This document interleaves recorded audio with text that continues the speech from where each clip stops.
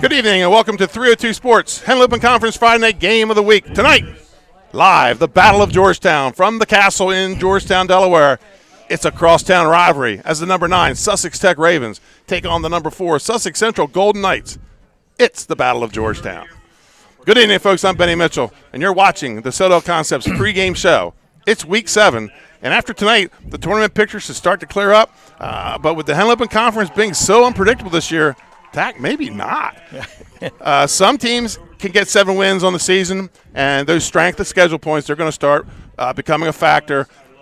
Both these teams, with their loss to Smyrna, puts them having to go the route of an at-large bid and to make the state tournament. Sure. It's going to be interesting tonight. Tech is going through some challenging times. They have some good players. They're obviously a little pumped up. They're not here yet.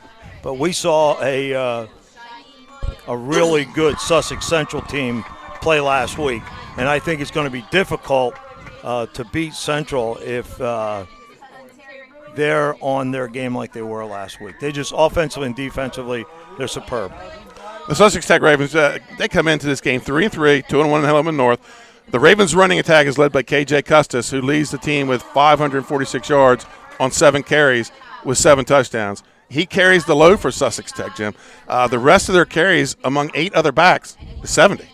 So he carries the ball half the time for the entire team. Jalen Sneed, he gives the Ravens offense another look as he scored 3 touchdowns on the ground, 2 in the air. But we obviously have to talk about the elephant in the room. Tech is without their starting quarterback through the first 5 games. For whatever reason, he's no longer on the roster, so the quarterback duties fall to Chase Snyder. Now, Coach Mark Quillen, who's in his 7th season, he's been down this road before. Last year, it was an injury that took out the starting quarterback, and he turned to Chase Snyder, who led them to a 5-4 record. 4 of those wins coming in the last 4 games of the season.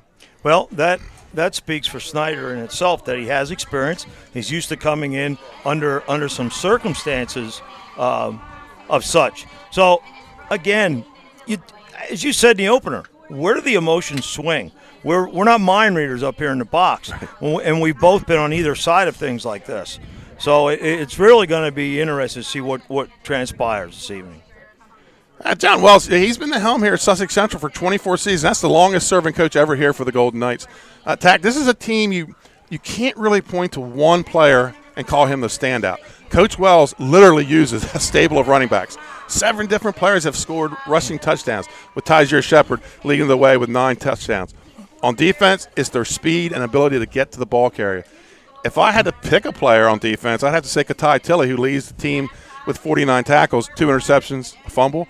But when you look at the stats on both offense and defense, you see 4 or 5 guys at the top, and their numbers are all very close. Sure, and those same lines, Kasim Lewis with 7 sacks. Right.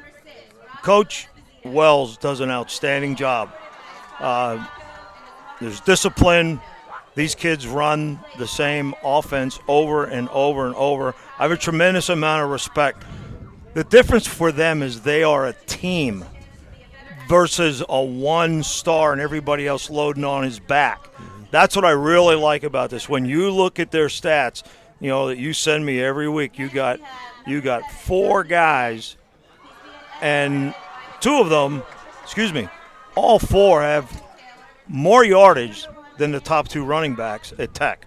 And that tells you a lot about them. So a very balanced team.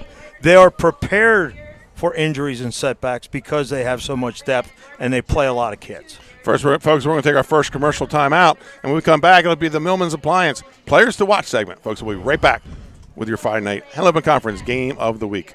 Hi, I'm Scott Kammerer of Sodell Concepts. We have 8 locations, a catering company and a food truck right here on the Culinary Coast in southern Delaware, and we'd love to see you at one of our locations. Fish On and Lewis in the Villages of 5 Points. Lupo Italian Kitchen on Rehoboth Avenue in downtown Rehoboth, serving homemade pasta. Papa Grande's in downtown Rehoboth. Our treetop deck has the best happy hour around. And Matt's Fish Camp, located on Route 1 in North Bethany Beach, your classic seafood shack. At Sodell, we believe in beautiful, simple food and making the world a better place. See you soon.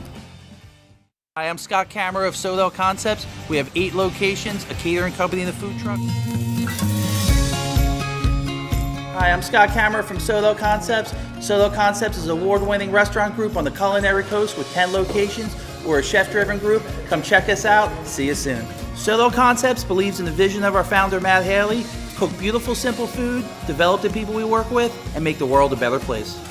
Solo Concepts on the culinary coast with 10 locations from Lewis, Delaware to Fenwick Island. Come check us out.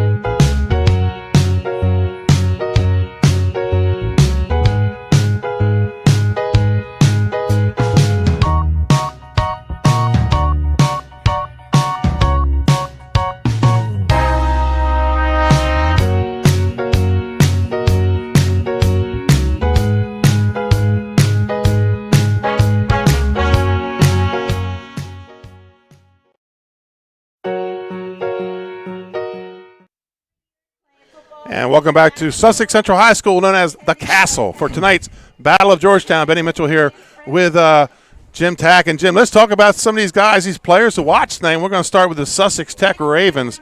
And when we talk about the Ravens, we start with number one, Jalen Sneed, you mentioned in the pregame show. Yeah, Sneed, 158 yards rushing, and he also is active on defense. He's had 22 tackles. So he's a guy that's going to be on the field the entire time for Tech.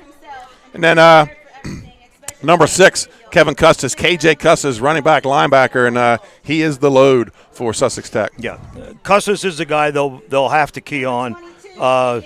70 carries, 7 touchdowns, and on defense, he's a second leading tackler. 42 stops. So, again, good player, but one that's going to be tired at the end of the evening. And lastly, Jordan Harper, defensive player for the Ravens. Yeah, Harper with 15 stops and fumble recovery. Again, solid athlete in their lineup. They're pretty active defensively and pretty even balanced with everyone. The problem is offensively they're out of skew a little bit with Custis carrying the load. Right. And then for the Sussex Central Golden Knights, start with their main man, Tyzier Shepard. He's the running back, defensive back. We talked about him a little bit in the pregame show. He leads the team in touchdowns with 9. Yeah, 42 carries. Again, great balance on offense with their 3 top people in the 40 range for carries. Great speed. It's just amazing to watch them run and open up. So he's a lot of fun to take a look at. Javon Toppin, we saw him score a short rushing touchdown last week in the second half. But this Central team's not the field stretching team they were last year with the Barnes brothers. But Toppin's got 2 touchdowns through the air this year for the Knights. Yeah, we watched them last week try to attack the flats. And I think that's something with their backfield action and the misdirection that could be very good to them. He has 10 catches, 112 yards. So he's the guy you're going to look to. If they get that flat game going, I think they're going to need that to really get into the playoffs a little deeper. And last, that guy that they're going to be counting on this part stretch, they still have Tech tonight, Dover to go, and then possibly the playoffs. Michael Glandon, the quarterback. This is a guy that they're going to have to rely on. He's going to have to throw the ball a little more. And we saw him throw the ball some last week. I think he completed 50%, but he's going to be a guy they count on. Yeah, I see them coming out and throwing more. He does throw a nice ball. He can throw on the run. He has the arm strength to really be off balance and still get it pretty deep. His carries and stuff, when he takes off, he's fine. But he's handoff fake, and then off of that wing tee action, get out in the flat and get it to a receiver to catch and run. And we saw him last week pull one down and go for 40 yards and broke some ankles on that cut. Yes, he did. To get to the right corner. Talk about some of the coming into this game. Sussex Central, they went out of state twice, 2 long trips, hour and a half, 2 hour trips. They beat La Plata 34-18, and then Southern 46-7. Lost to Smyrna in week 3, beat Cesar Rodney, beat Polytech, and we saw them beat Cape and Logan last week. They've outscored their opponents 226-66. So they're starting to become the team they were last year. Yeah. As we said, you're over the halfway point. Everybody bumps up a grade. It's actually only given up 66 points in 6 games. Pretty good defense. Yeah, we've already talked about their 7 players scoring rushing touchdowns, 1,805 yards on the season, both offense, 1,508 on the ground. They have a kicker in Christian Uceda Palacios, 23 of 27 on his PATs, and 1 field goal for 22 yards. But I think the big key in this Sussex Central team is the 14 turnovers. Absolutely. Plus 14 turnovers. Yep, plus 14, 9 interceptions. And I think the other thing that jumps out, tackles for loss. Yeah. My goodness. When you look at Lewis 17. with 17 tackles for loss, that means you're playing in the other person's backfield and you're forcing things to happen early if you're making that kind of penetration. And, if we look at that, 27, there's like 32 tackles for losses. Right. And that's a heck of a statistic, along with being on the plus side of 14 for the turnovers. Those secondary kids can run. That's why they have 9 interceptions. The Ravens, this is their 6th road game this year out of 7. They've had 1 home game this season. Oh, my. They're going to finish the season 3 games all at home. They went on the road, lost on a last-minute score to Northern, 20-17. Then Coolidge out of D.C., they beat 35-6. Lost to William Penn, I think a game they'd like to have back. Lost 13-7. Beat Milford, lost to Smyrna, and then Polytech last week. 154. They're not a high-powered offense, but only 88 points up on the defense. But their kicker Locklear 8 of 9 with a 27-yard field goal. They didn't provide me with their offensive turnovers, but they have 8 interceptions this year. So if they're going to try to get Glandon throwing tonight, he's going to be careful because this team can find the ball. Yes, they can. They 88 points given up and having 3 losses. That's not that bad. It doesn't mean that they were really smoked out by anybody. So Smyrna's doing that to everybody. Right. Should be interesting. Folks, we'll be right back. We're taking another commercial time out. You're listening to Benny Mitchell and Jim Tack on the Sodell Concept pregame show. We'll be right back with the Sussex Tech Band. Hi, I'm Scott Kammerer from Sodell Concepts. And I'm Lauren from Catch 54 in Fenwick Island, Delaware. Come visit us at Catch 54 overlooking the water in beautiful Fenwick Island, Delaware. See you soon. At Catch 54, we are committed to serving beautiful, simple coastal cuisine in a beautiful setting overlooking the bay. We have great nightly specials throughout the second season and serve a great happy hour every day, all year. Catch 54 in Fenwick Island, Delaware. Open 7 days a week year-round. Come check us out. Hi, I'm Scott Kammerer from Sodell Concepts. And I'm Matt Patton from Fish On in Lewis. We'd love to see you at Fish On in the Villages of 5 Points. Come check us out. At Fish On, we are committed to serving beautiful, simple coastal cuisine in a casual atmosphere, complete with a happening bar and outdoor patio dining. House specialties include shrimp and grits, maple glazed salmon, along with traditional seafood favorites like fish and chips, and crowd pleasers like our short rib burger with bacon tomato jam. Fish On in the Villages of 5 Points in Lewis, Delaware. See you soon. Hi, I'm Scott Kammerer from Sodell Concepts. And I'm Matt. And you see the Sussex Tech Band on the field. Jim, as you see, the Sussex Tech players are just now arriving to the stadium. And I was talking to Joe Booth before the game, and we had a coach by the name of Tom Howard came down from New York, and he did the same thing with us. We were a 2-6 team getting ready to play a team fighting for a playoff spot in Lake Forest, hoping to win the Southern Division. We went over to their middle school and warmed up and showed up, took the 5-yard penalty, but ended up winning the game for the 3rd win of the year. It's just a little bit of mind game here. How does the other team handle? Because, when the other team's not here and you're trying to do your pregame, how do you effectively mentally get prepared for a game? Good move here by Coach Quillen, I think. Yep, I've done it before. It's worked for me, worked against. Sometimes you make the home opponents so daggone mad. Right. Take off, but – we coned off some parking spaces for you. Where you at? So it's a good move. Listen, they've had a lot of disruption. This isn't going to cause any problems to them at all. Nah, they're over in the far corner warming up. They're here. They probably did their pregame. They're 9 miles away. So Coach Quillen playing the mind game right now, playing the head game with the Sussex Central Golden Knights. But it's time for the keys to victory. Jim, let's talk about what the Ravens have to do tonight to be successful. I think, first off, a lot of Custis, mix in some Snead with a dash of Snyder tonight. Yes. You know, get Custis going.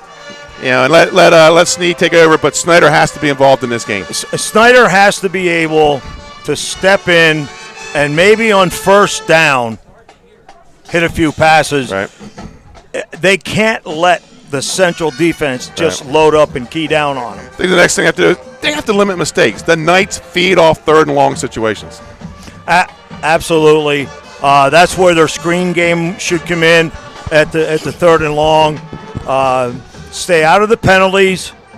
Stay out of snap count infractions.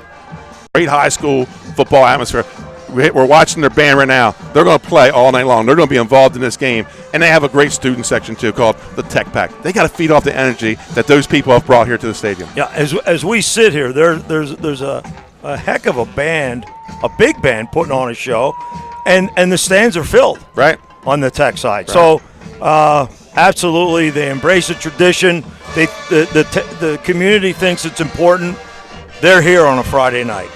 And for the Sussex Central, what do the Golden Knights need to do tonight? Number one tack, I think they need to come out early, and they need to let the Ravens know the champs are here. Yes. Don't go off your mark. Try to improve from last week. Don't go thinking ahead to playoffs and those kind of things. They'll serve as distractions, and you'll get away from your fundamental base. And then they need to win the money down. Both sides of the ball tonight, Sussex Central has to own third down.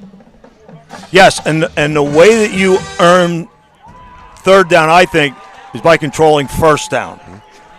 Make them, if they're not throwing on first down, bring people. Put them into a bad situation for second and third. So you're absolutely right. And then defensively, the Knights need to set the edge. They need to contain Custis and Snead. No big runs. Make Sussex Central drive down that field for their scores. Yes. Make them work. The longer they have to work, the longer they have to move down the field, the more apt they are to make a mistake. So no big plays. Play great defense. Run to the ball. Make it a good night. Folks, you're watching the Soto Concepts pregame show here on 302 Sports. Benny Mitchell and Jim Tack. Trey Mitchell on the camera tonight. Dave Marvel with the stats. Kristen Mitchell back home in the Lewis studio. She'll be feeding us some scores and making sure we're up and running all night long because we had some voodoo in this booth last week, and we're hoping we don't get it this week. We think we've got everything figured out. Our internet's running. We've got backups beyond backups, so we should be good to go tonight. Folks, we'll be right back after these commercial timeouts. Hi, I'm Scott Kammerer from Soto Concepts. Today we're at Crust & Craft in Rehoboth Beach, Delaware. Come check us out. Located just south of the movies at Midway on Coastal Highway, Crust & Craft specializes in wood-fired pizza, homemade pasta, fresh salads, and unique appetizers. Crust & Craft also has an extensive beer list featuring local and award-winning craft beers. The culinary team prides itself on using fresh ingredients and serving beautiful dishes. Crust & Craft open 7 days a week, lunch and dinner on Coastal Highway in Rehoboth Beach, Delaware. See you soon. Hi, I'm Scott Kammerer from Soto Concepts. Today we're at Crust & Craft. Hi, I'm Scott Kammerer from Soto Concepts. Soto Concepts is an award-winning restaurant group on the culinary coast. We're a chef-driven group. Come check us out. See you soon. Soto Concepts believes in the vision of our founder, Matt Haley. Cook beautiful, simple food, develop the people we work with, and make the world a better place. Soto Concepts on the culinary coast with 11 locations. From Lewis, Delaware to Fenwick Island, come check us out. And welcome back to the Castle here at Sussex Central High School. I'm Benny Mitchell. Providing color tonight for me is Jim Tack. And Tack, as we get closer to the game, we need to thank some of our folks that make our broadcast possible. And I want to apologize to our sponsors because not only did the internet go out last week, the motherboard on my laptop crashed. It was just, it was like it was mischief night or something. I don't know what was going on, but we're back, new laptop, moving and running. So Soto Concepts is our official sponsor of all our downstate broadcasts throughout the year. Capstone Homes, they are our sponsor of tonight's game. They present the Battle of Georgetown. Barclays Heating and Air, our out-of-town scoreboard. Lasher's Barbecue sponsors our Red Zone. Juwan Johnson State Farm. He'll have our trivia question in the third quarter. The Purple Parrot. Active Pest Solutions brings you the pest of the game. Louis Pizza sponsors the player of the game. And Millman's Appliance, sponsor of our players to watch. And finally, Green Blade Irrigation and Turf Care. And Jim, that brings us to the Green Blade Turf Report. Playing on Bermuda grass, and I think last night's rain is just what this needed. We're starting to see the green come up in late October or mid-October. Temperature tonight 54 degrees with a 4-mile-an-hour wind coming from the north. So ready for kickoff. Excuse me. Let's talk about the rankings. Some changes. Let's go with Division II. Number 10 now Archmere. They were number 3, number 4 at one point. They've taken 2 losses in a row. Lake Forest, man, they dropped like a bag of rocks after that loss to Delmar last week. Delmar moves up to number 8. Wilmington Friends at 7. Wilmington Friends played in the state finals last year. Delaware Military, A out of punt. Caravelle at number 4. Tower Hill at 3. The Howard Wildcats undefeated at number 2. And your defending state champ, Woodbridge Blue Raiders, number 1. They're playing Laurel tonight for a homecoming. Jim, when you look at those, that 3 to 7, 3 to 8, that's a bunch. Pretty close. Yeah, they're all pretty close. Pretty close in talent. Let's move over to Division I, game we have here tonight, a Division I game. Number 10, Caesar Rodney and Milford have been trading that number 10 spot all year long. It's like nobody wants it. You know, they get ranked at number 10 and they lose. They get ranked at number 10 and, you know. So Caesar Rodney has it tonight. They're over at Cape. I think that's going to be an interesting game when the Riders travel down to Cape and Logan. The Riders have just been up and down this year. They played well last week. Right. I watched the tape on that. If they perform like they did, right, it won't be close. They really ran the inside trap to perfection last week. Right. The number 9 team in Division I, you're going to see them here in a little bit in the white uniforms. Sussex Tech, the Ravens. At number 8, Appoquinimink. Number 7, William Penn. They had the close win over Sussex Tech earlier this year. St. George's comes in at number 6. Salesianum, they were in the state finals last year. 1 loss this year, but they got some big games coming up. Salesianum at number 5. The Sussex Central Golden Knights, the defending state champs, you're going to see here in a few minutes. They're number 4. Smyrna number 3. Middletown at 2. Hodson, undefeated, ranked number 1 in Division I. And this Division I, usually Division II is crazy. Division I, the scoring triangles this year have been nuts. You know, A beats B, B beats C, C blows out A. It's been that kind of a crazy night. So let's talk about some other games around the conference. Tonight, Milford coming off a tough loss to Caesar Rodney. They got to head to Smyrna to take on the Eagles. That's going to be tough. I watched some Smyrna tape this week, and a lot of run-pass options. They have a pretty sophisticated offense. Polytech is at Dover. Dover, that's an angry team right now. 2 straight losses, and they're going to be in a bad mood. But as we said, the Caesar Rodney Riders are at Cape and Logan High School. They're all 7 o'clock kickoffs. Laurel at Woodbridge. Laurel's on a 3-game win streak, Tack. This is their second conference game. Their defense has been playing pretty tough there the last 3 games, but they're going up against a different team tonight. This Woodbridge Blue Raiders. This is a tough team, tough offense. Yep. And then probably fireworks. Matter of fact, literally fireworks tonight because it's homecoming. And I read where they're going to set off fireworks after each Blue Raider touchdown. So bring a little bit of excitement to high school football. And then the Delmar Wildcats, they're still in the hunt. They can still win the conference even. They're at Indian River tonight at 7, and Lake Forest heads to Seaford. Lake Forest coming off a tough loss last week to Delmar. So those are your games around the conference, and we're just waiting we're at past 7 o'clock. We're just waiting for the referees and the kickoffs, and the coin toss is coming up here on 302 Sports. Folks, we're going to take one commercial break, and we'll be back. This game brought to you by Capstone Homes as Capstone Homes presents the Battle of Georgetown. At Capstone Homes, we believe your new home should be designed and inspired by you. Our comprehensive new home experience will give you peace of mind. We have in-house design and drafting, selection centers, and model homes throughout Sussex County so you can experience different layouts. And a terrific team that takes an amazing amount of pride in each and every home we build. Create your new home. Create a Capstone home. At Capstone Homes, we believe your new home should be designed and inspired by you. Our comprehensive new home experience will give you peace of mind. We have in-house design and drafting, selection centers, and model homes throughout Sussex County so you can experience different layouts. And a terrific team that takes an amazing amount of pride in each and every home we build. Create your new home. Create a Capstone home. And welcome back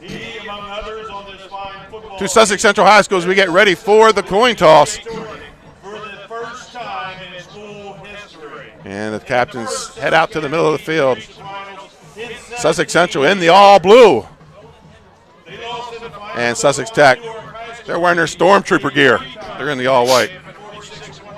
And as you look out to midfield, if you look to your left, to the gentleman in the blue jacket and the white and blue hat, that's Jake Booth of Capstone Homes, sponsor of tonight's game. And he's representing Capstone Homes at the coin toss. I want to thank Jake Booth and Capstone Homes for their support of tonight's Battle of Georgetown. Jake Booth played here. Matter of fact, that booming voice you hear on the public address system is his father, Joe. Played on the 1978 Delaware State or National Championship team. He and his wife, the beautiful Sarah, and two daughters, Elsie Rose and And there he was zooming in. Capstone Homes presenting tonight's game. Lastly, Jake still holds Sussex Central High School record for most recovered fumbles by a long snapper in one game. Please, let's give Jake a round of applause for his contribution to the Sussex Central High School football family. Dad talking him up down there. But we want to thank him for his sponsorship of tonight's game. Now, he told me, he said he would be very fair during the coin toss, but once he leaves the coin toss, he's all night. But I did tell the head official, he is Joe Booth's son, so he might not want to hand him the coin to flip. He might use that for a hot dog or something. So here we go. About ready for some football. And here come the Sussex Tech Ravens onto the field. And I was at practice Tuesday, Tack, and at 3-3, they think they can win this game. They're excited about this game. Well, they got to rally around the challenges that they have, and obviously some other kids are going to have to fill in, so they're excited. Here come the Golden Knights onto the field. And, Jim, I don't know if can you feel the electricity here? There's energy in the stadium. A lot of people, big rivalry. Yeah, we don't have to wait for Week 10. We get it tonight. Yeah, we get it tonight, absolutely. Of course, Sussex Tech and Sussex Central will have their normal Week 10 rivalry when the Vikings of Cape and Lopin travel over to Sussex Tech Week 10. And I believe Sussex Central may be going down the Indian River, but they play Indian River. They're inter-district rivals. Ladies and gentlemen, please direct your attention to the south zone, where we will have the national state colors that are being presented by members of the Golden Knights Army JROTC Color Guard. Commanding tonight's Color Guard is Cadet Sergeant Ceylon. Carrying the national colors, carrying the state colors is Cadet Spearman. Armed Guards are Cadet Sergeant Allen and Cadet Perez.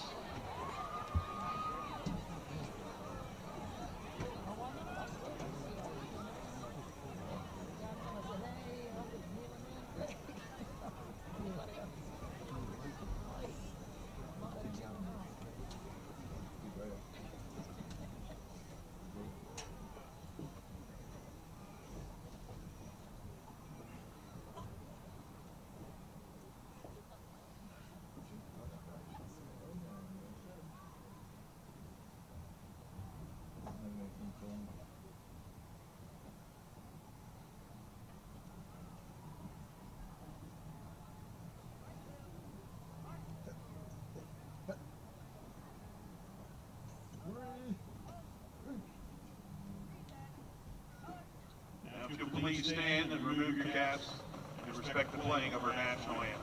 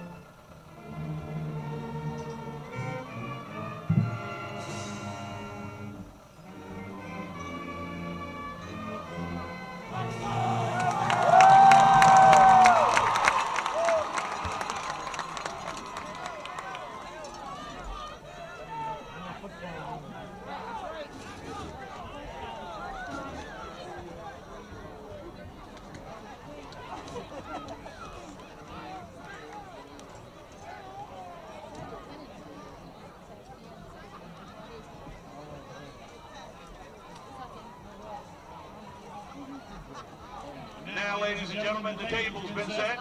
It's time to dine. And it's time for me to turn over the microphone to the golden consoles of the Golden Knights, Mr. William Give him a hand. And welcome back, folks. Sussex Tech has won the toss, elected to defer to the second half. Sussex Central takes the ball here to start the game. And Tech, if I remember correctly, this kicker last year, we did the CR game. He was putting the ball in the corner a lot.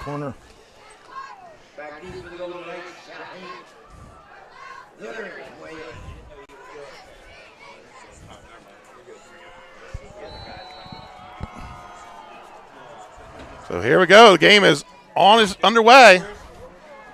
And it's going to be taken out about the 30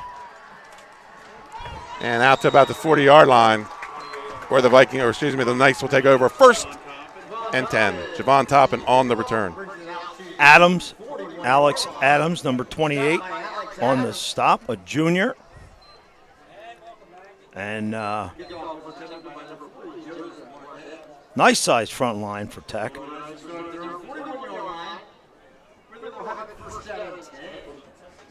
The 1st and 10 at the 41 for the Golden Knights.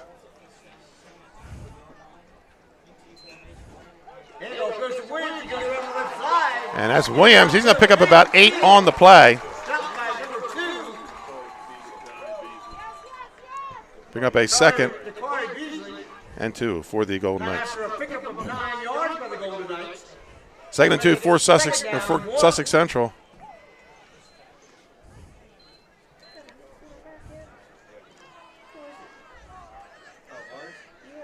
And they open with their standard buck sweep. That's Same thing. thing. Hand off to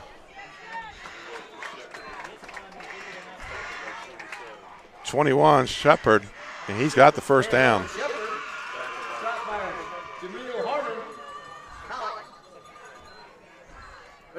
So nice 2 plays. They get that first down. Yep, number 27 on the stop. Jameel Harmon-Collick, a senior. Tech just needs to keep them working.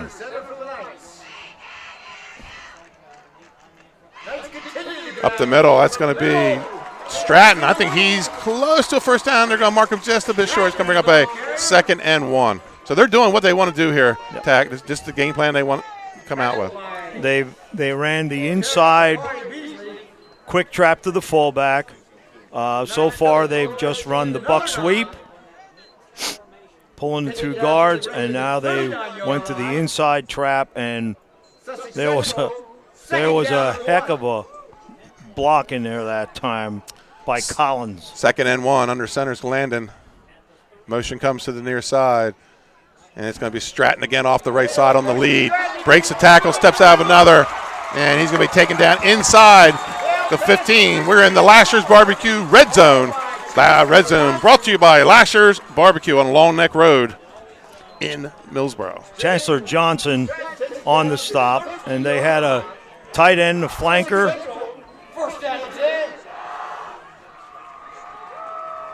Nice drive down blocks and a lead by the halfback.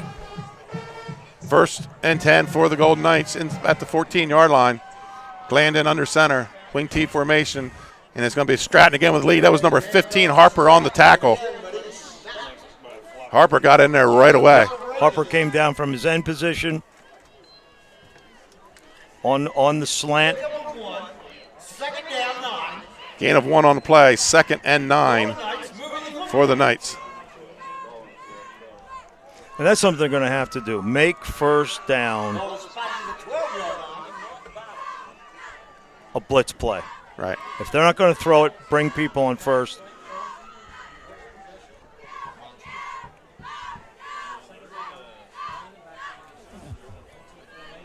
Second and 9 for the Knights. Toss to Stratton.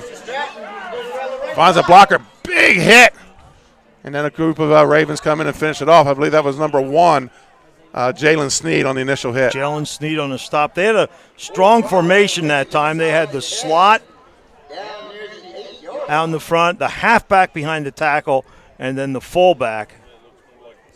And Tech had adjusted to it. They had enough people there. And the guy who really forced the thing wide was Harper again. Harper is really coming across. 3rd and 4 for the Knights. Hand off to Shepard, and he takes it down close to the inside the 5, close to a first down. Looks like it was Snyder, Chase Snyder, and on the tackle. Now nice they're going 4th and up 1, tempo. no huddle. And hand off to Stratton, and he's in for a touchdown. And the Golden Knights, they strike first year attack, and they take the 6-0 lead. I think there may be a flag. Hold. Oh, holding on Sussex Central, though. So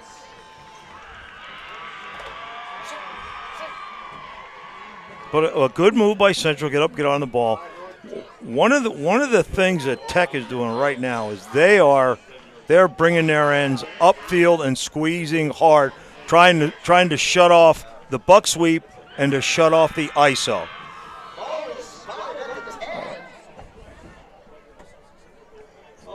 .803 here to play on the hold. That's going to bring up a 4th and 7 for the Golden Knights. So they go from 4th and 1 to 4th and 7 on the hold. And Tech's going to shut it down. Peyton Willie in on that tackle. Also number 80, Grant Lamers. Lamers. And again, the end play, Benny, is what they tried to run an off-tackle power, but the end jam things inside. 7:55 to go here in the first quarter, and the Ravens they stopped the Knights on 4th down. It's going to be 1st and 10. They're bringing 15. their outside linebacker and their end straight up field, and that's what Tech needed to do. They needed to stop them on a long drive. There's a handoff up the middle, but that's Custis on the carry.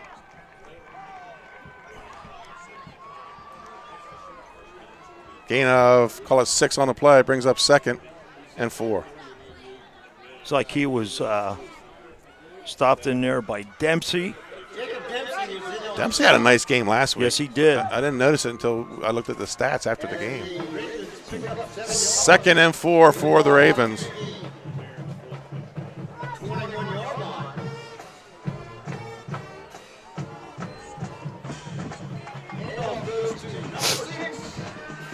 And that's KJ Custis again. I think he's got enough for the first down.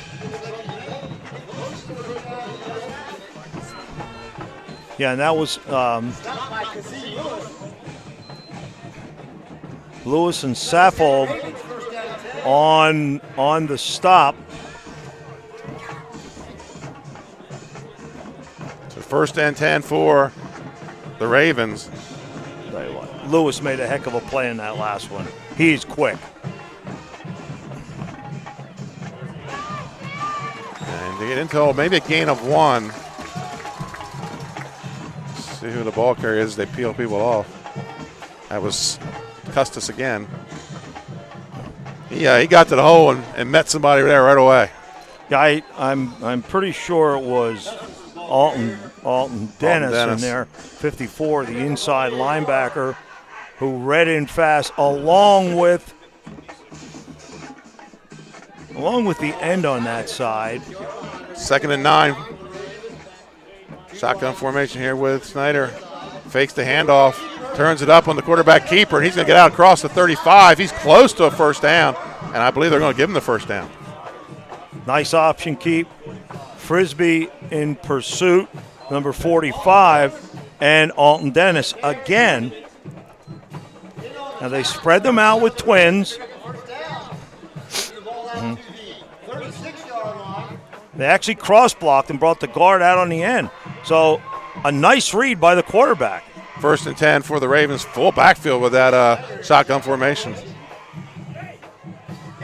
Hands off up the middle. And no gain on the play. That was number 5 on the carry, Connor Ellingsworth. You see him, Lewis, on the stop, number 9.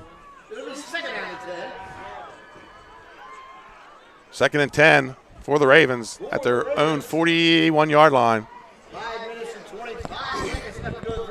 5:25 to go here in the first quarter. A lot of cross blocking being done by Tech up front.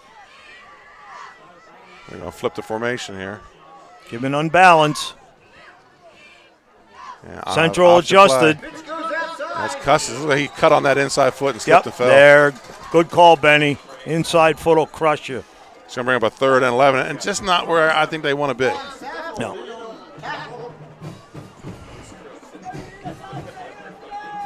Third and 11 for the Sussex Tech Ravens. Smith over there, one of the Ball just outside across. backers. Sorry, Benny. That's fine. Ball just across the 40.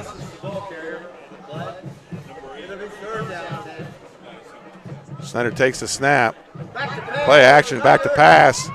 And nobody there, and just goes out of bounds. Falls harmlessly on the sideline. And that's going to bring up a 4th down. And 11. 4th and 11, so on the punt. Looks like it's going to be Snyder. Yep, he's doing a lot tonight. He's playing defense, playing offense, and punting. And Central's pretty good on these returns.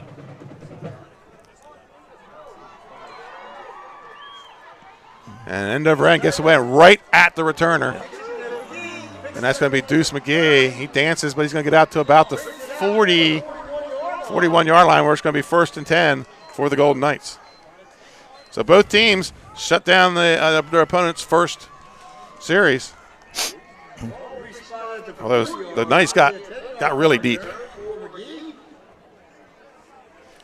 Yeah, that almost sometimes you don't want them to get the ball that fast. And on the stop that time, Connor Ellingsworth and Johnson.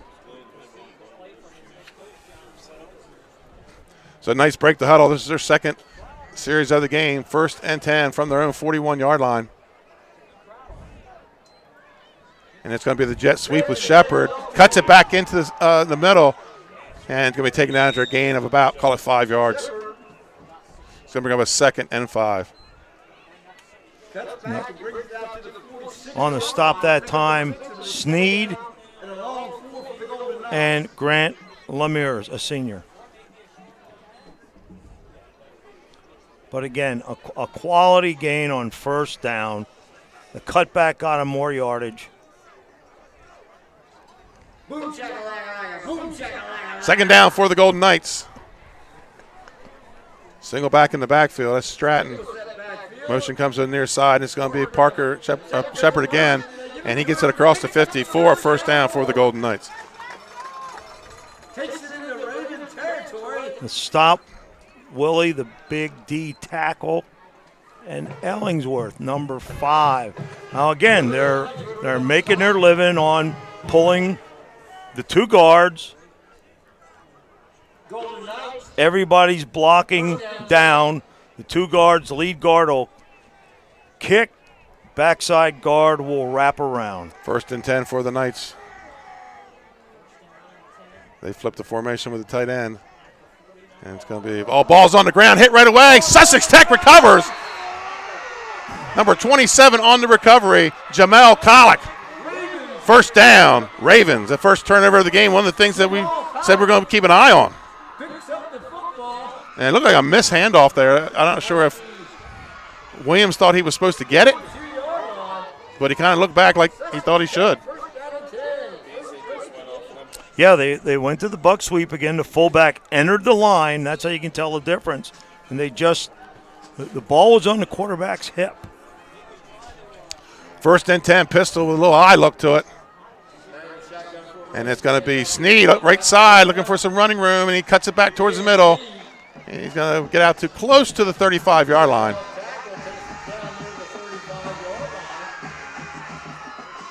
But I'm going to mark it to 36. But a nice gain on 1st down. Again, now you have probably 3 downs to make 4 yards. 2nd and 3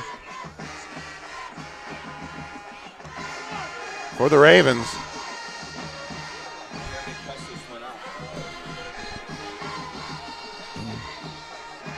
And a flag on the play. Custis went off the field limping after that play before this one. So let's see if what his status is, but I think that's him walking in front of the bench.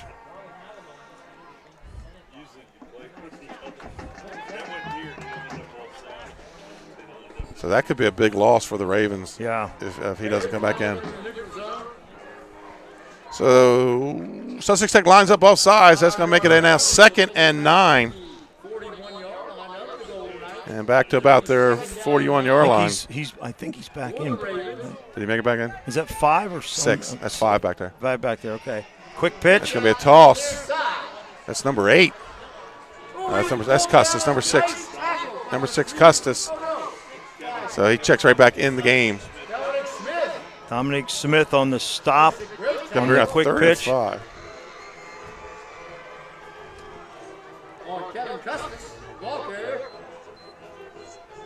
Got our first score in on the Barclay Heating Air out-of-town scoreboard. Already Smyrna up on Milford 14-0 first quarter. It's your Barclay Heating Air out-of-town scoreboard. 3rd and 5 for the Ravens.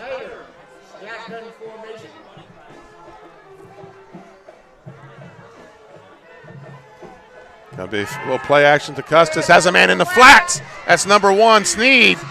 And he's got the first down. He's going to take it out of bounds down about around the 25, maybe inside the 25. He Saffold on the tackle. He hid the ball so well after that fake. 1st and 10 for the Ravens. I mean, he had the ball behind him coming out on the edge. Hit him right in stride. Ball at the, let's call it the 23. 1st and 10, Sussex Tech. 2 receivers sliding the slot out here to the left. I believe it was the fullback, first man through, I believe it was Sneed. Yeah, it's like the inside trap again. Pickup of 2 on the play brings up 2nd and 8.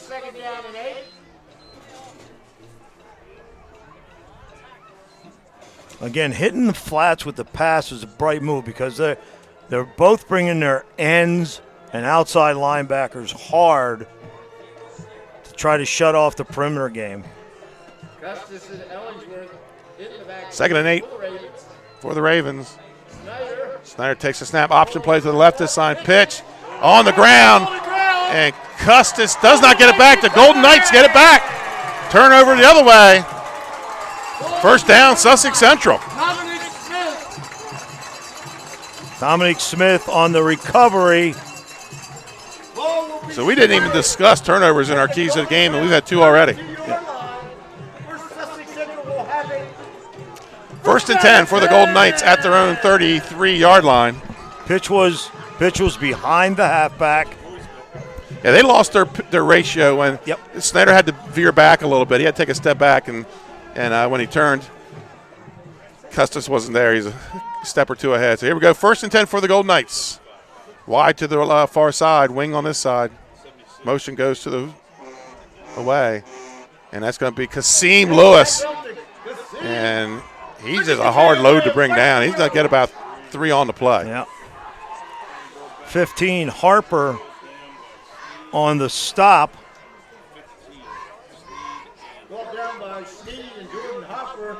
Second and 7 for the Golden Knights. Another isolation. I think they're going to let this go right to the quarter. Yep. So, folks, that's the end of the first quarter. We're all knotted up here in the Battle of Georgetown. Sussex Central and Sussex Tech tied at 0-0. We'll be right back after this commercial timeout.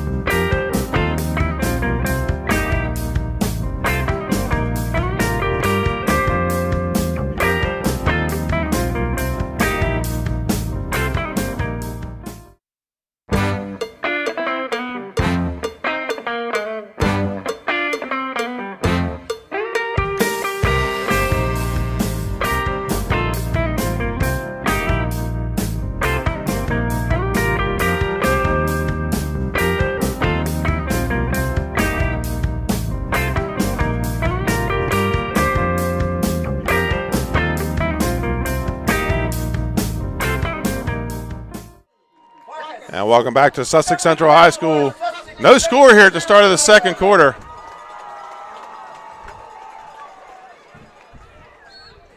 That was a fast quarter. Yes, it was. Well, a lot of running in that quarter. 36-yard line. I think what, one pass? 2 passes? Yeah.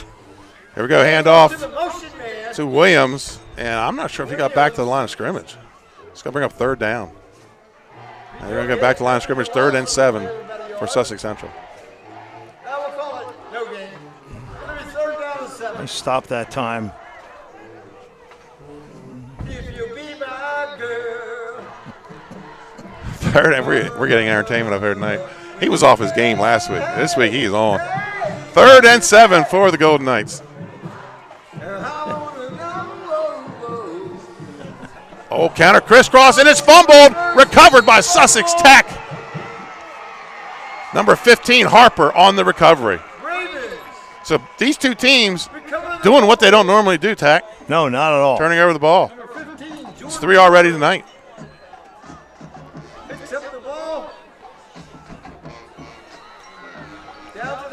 Great field position for the Ravens. 1st and 10 at the 34-yard line. Now's the time to hit the flats. A little bit of confusion in the backfield as the 2 running backs ran into each other. Nice stop by Jacobs. No gain on the play, 2nd down. Hard from the corner position. Score out of Cape. Cape and Lopin leads Cesar Rodney 3-0 in the first quarter. Well, you called that one. Yes, it's going to be a tight one. And still last score, we have Milford trailing Smyrna 14-0. 2nd and 10. Oh, no, we have penalty on Sussex Central.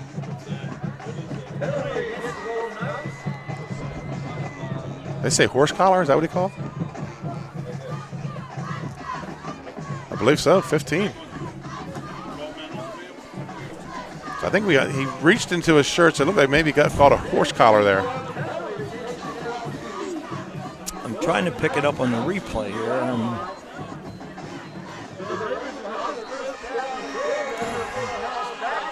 So 1st and 10 for the Ravens. Sneed cuts inside. That was Alton Dennis pulling them back down. Maybe a gain of 1 on the play. Miller and Dennis in on the stop. 2nd and 9 for the Ravens.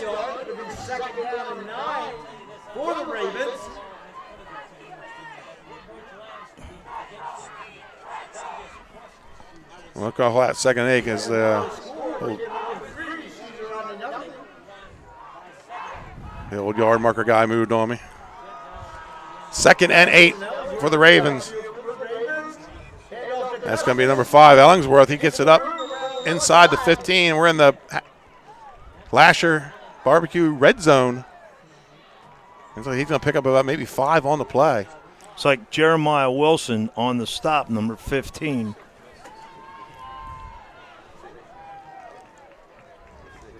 Third and 3, or 3rd and 4 for the Ravens.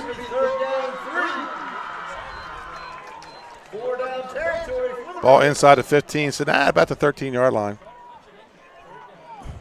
And he's going to pull it out, drop back, roll right under pressure, floats one, and that's going to be down inside the 10. That should be good enough for a 1st down. That was Custis on the carry. And they're going to measure for the 1st down. Yeah, he was forced out of the pocket. He put a nice little floater up there and got it over the defender. Something we saw last week that Cape didn't do. They tried to force one, and it was tipped and taken back for a touchdown. Right. Jacobs and Williams there for the stop. So 1st and goal. But a heads-up play by Snyder to keep the drive going.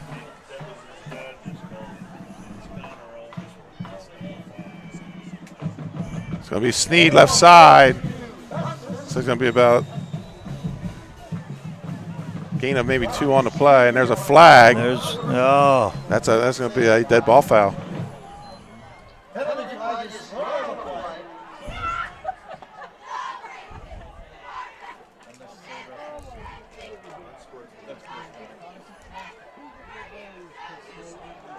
So that's going to be a personal foul on Tech. That's a big one. Yeah, very costly, almost to the point that you call it selfish at that point. Yeah, and that's dead ball too. Yeah. So that's now it's going to be second down. So it's going to be second and goal, but from the 22.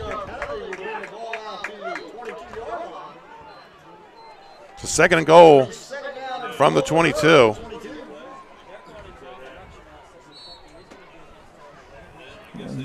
I'll tell you what, Lewis gets off the ball. Number 9. He is fired up. Sneed goes in motion. And again, the running back runs into his quarterback. And he's going to pull it down. Now he pulls up and just short of his receiver, number 80. Grant Lamer is right at his feet. That's going to bring up a third down and goal from the 26. One thing about Snyder's, he's got awareness. On the run, he's able to find that guy. I think he looked initially. He wanted to throw it away, and then he looks up and sees Lammers. I mean, he avoids the big rush by Wilson. Tough to throw against your body. Screen would be a nice time for a screen pass. Would be here. Well, empty backfield. 2-by-2 on the edges. And Coach Quillen's going to call timeout. We're going to take one with him, folks. With 8:57 left to play here in the half, it's Sussex Central 0, Sussex Tech 0.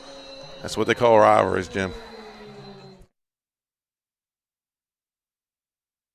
Congratulations, Dover Federal, on 60 years in business in Delaware. You've been by our side since our doors opened. Thank you so much for giving me a call on so many years ago when I had no credit. You helped our business grow into what it is today. As a military family, thank you for supporting the financial needs of servicemen and their loved ones. Happy anniversary, Dover Federal Credit Union. Happy anniversary, Dover Federal. Thank you. Thank you. Local people, local decisions, Dover Federal Credit Union. Congratulations.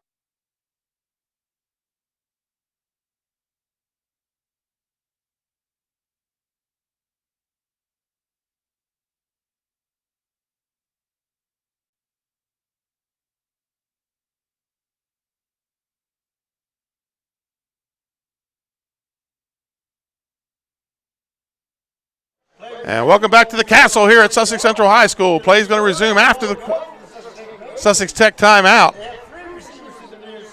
And they go trips to the near side, 2 to the far side. And there's your little bubble screen. There's a flag on the play. It's usually in the area of lineman downfield, but it looks like he pre-signaled face mask on Central. I was going to say, I don't know how he got time to get down there. So it's going to be a face mask on Central. That's 15 the other way. Should be half the distance in this situation. Well, they're outside the 20, though. Does it have to? I thought it was inside the 20. So they mark Could off. be right. No, it's half. Yeah. So half the distance. So take it inside the 10. Third and goal. Ball sits at the 9-yard line. We talked about the importance of penalties. It's something that especially Central needs to stay away from. Third and goal here. It's going to be a toss to Sneed. Follows his blockers. Looking for the corner. Takes it down inside the 5. And going to go out of bounds at about the 3-yard line. Jacobs and Saffold, they had the backfield loaded up to the right. He had a nice escort, and he stretched the field as far as he could on a quick pitch. Timeout, Sussex Tech. Now we're going to stay right here with attack. That formation there, they went with the 2 up backs and out of that pistol formation, and that was the lead way for Custis. Gets it down. It looks like it's going to be about the 4-yard line, and it's going to be 4th down. So Central already had the ball once inside the 5. penalty pushed it back. Now Tech with their chance. Both of them coming on fourth down.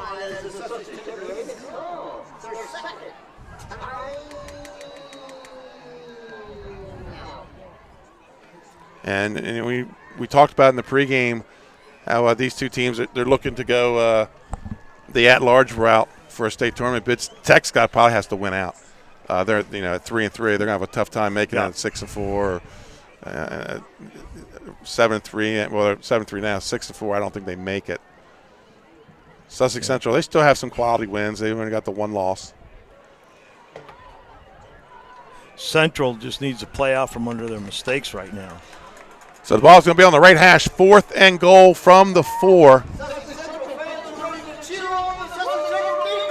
And there they are in the full house back there. Same formation here, Tack. 2 up backs. Now the up backs are going to switch the formation. Now they go to 1 back in the backfield. And a whistle on the play. Timeout Sussex Central. So John Wells, something he didn't like there. I think they were going to go to the real quick flat pass. Right. Just you barely get your shoulders turned around, the ball's going to be there. So Central takes their first time out.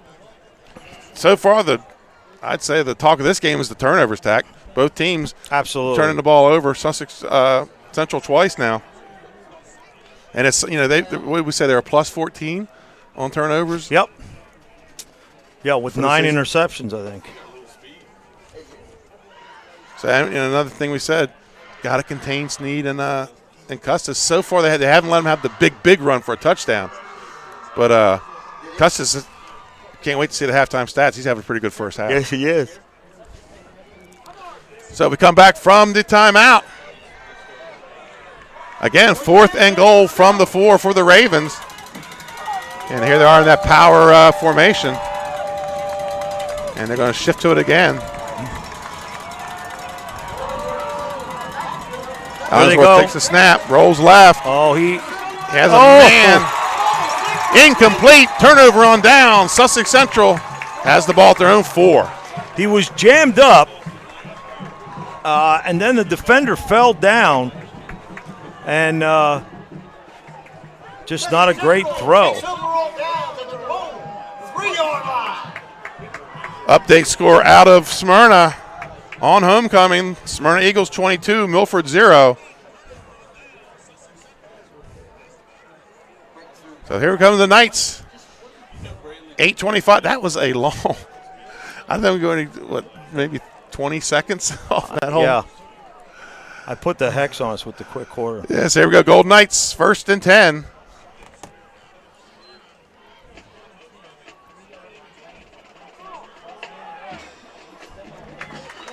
Nice run. That's going to be Shepard.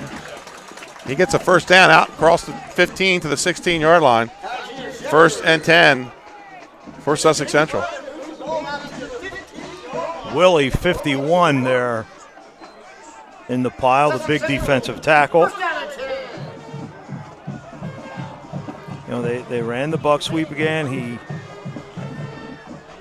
really the guy that started the whole thing was Snyder, 12. Came in. Up the middle, he's got enough for a first down. Takes it out across the 30 of that guard trap. Number 18, Phil Stratton. Lemire's 80 on the stop. Ball out to the 33-yard line. 1st and 10, Sussex Central. And if they're gonna start finding money on that trap, Tech's gonna have to pinch those tackles down and take it away. Doing a good job. The guard's going right over the back of the center.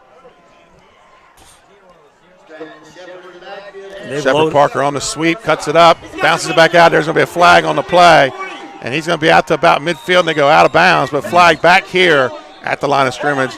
That's either a block in the back or probably a hold. Hold, yeah. Chancellor Johnson on the stop for Tech.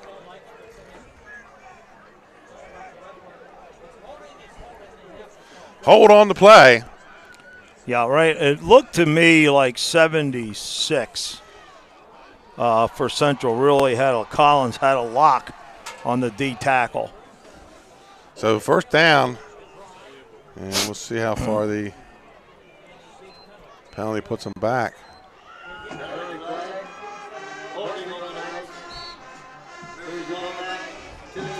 going to be about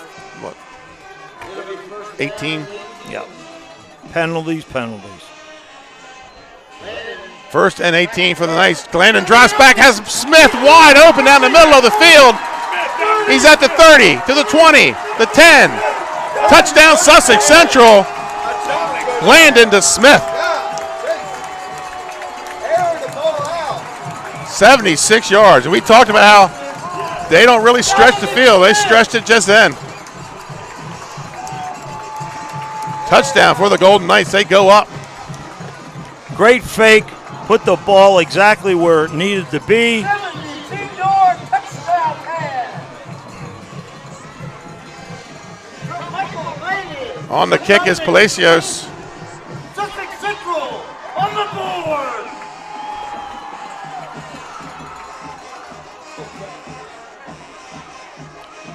Something we talked about, the need for them. They're going to get into that playoff hunt, throw the ball. Came at the right time. He's got the kick up and it's good. So the Sussex Central Golden Knights, they go up 7-0 here in 7:13 to go here in the first half. Folks, we're going to take a quick commercial timeout. We'll be back. Your score, Sussex Central 7, Sussex Tech 0. Life's too short to hate your home. Remodel your home with the pros voted Delaware's #1 home improvement company. Ferris Home Improvements has something for every homeowner at their new showroom on the corner of Kirkwood Highway and Harmony Road in Newark, Delaware. Explore products and let dream space. Ferris Home Improvements' pride in the details make them the area's best in roofing, windows and doors, siding, decks, kitchens and bathrooms. Want a professional no-pressure remodel? Go see the best at the Big Shamrock on Kirkwood Highway. Ferris Home Improvements. Quality workmanship from a neighbor you can trust. And welcome back to Sussex Central, where the Golden Knights take a 7-0 lead with 7:13 to play here in the first half. Tag, I guess Michael Glandon must have been on YouTube before the game watching our pregame where we talked about how they're not stretching the field this year. Well, he stretched it for about, 76 yards. Yeah. It was a great fake that drew the defensive backs in. Short kick. It's going to go out of bounds. There's going to be a illegal procedure penalty. It'll be 1st and 10 for the Ravens. Ball at their own 35-yard line. And that's another part of the game, the punt and the kickoff that I haven't seen great ones this year. Right. Ball is going to be spotted at the 39.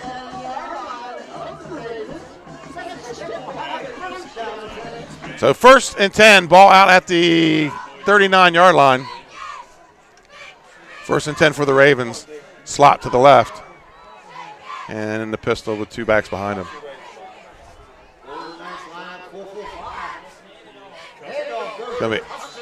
Custis takes the handoff, picks up about, call it 3 on the play. Kasim Lewis in there again. 2, 2nd and 8. So 2nd and 8 for the Ravens. Ball at their own 41. Second down and 8. Ball is spotted at the 41-yard line. Got a stack over on the far side. And Snyder fakes looks downfield. He's got a man open, catches him in stride at the 20, inside the 10. Sappho holding on for dear life. Touchdown, Sussex Tech. They answer. What a ball. What a ball Snyder put out there. Right on the mark. Beautiful route. That was number 15 on the catch, Jordan Harper.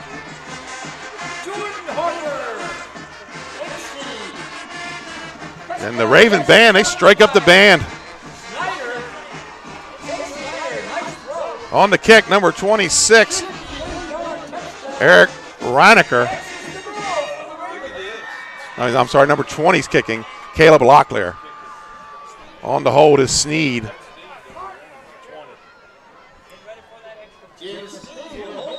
And a flag on the play.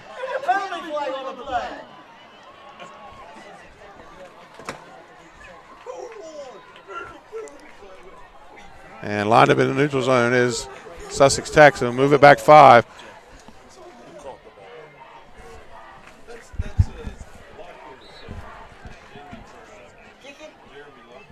So move it back 5. Locklear on the kicks, need to hold. Don't have a number on the long snapper. Good snap, holds down, it's up. Oh, wow. A heck of a kick.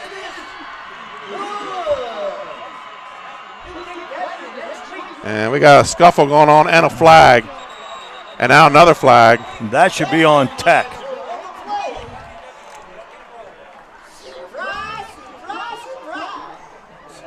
So we're going to get, and now another flag. They're going to be out of flags. Cape up on Caesar Rodney, 10-0.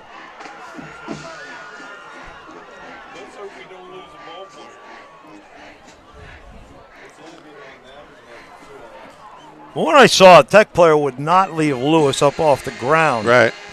There they come. Personal foul, Sussex Central. Personal foul, Tech. Offsetting. There we go. Personal unsportsmanlike on Central. So personal foul each way, and then an unsportsmanlike on the Golden Knights. That probably means somebody just could not be quiet. And here we go. So they'll be kicking off from 15 yards up.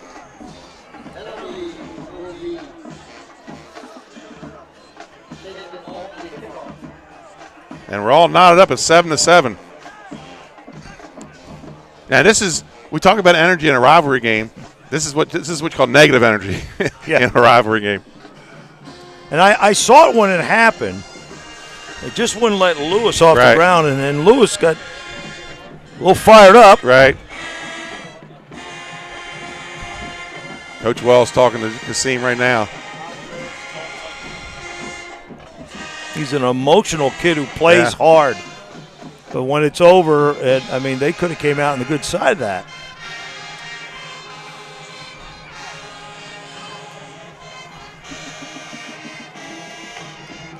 Wow. Well, it's 7-7 at the end result. And referees all picking up their flags, handing them off to one another. And they'll be kicking from the Sussex Central 45. So I imagine this one's going to go through the back of the end zone. This kid's got a foot.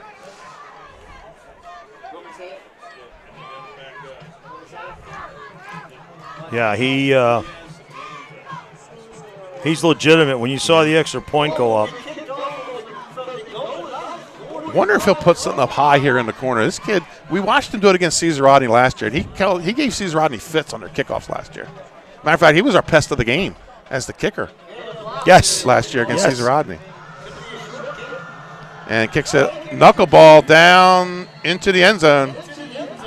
Williams catches it, but foot in the end zone. 1st and 10 for the Golden Knights at their own 20. So it ends up working out for the Golden Knights to get the ball out at the 20 in a 7-7 game with 6:21 left to play.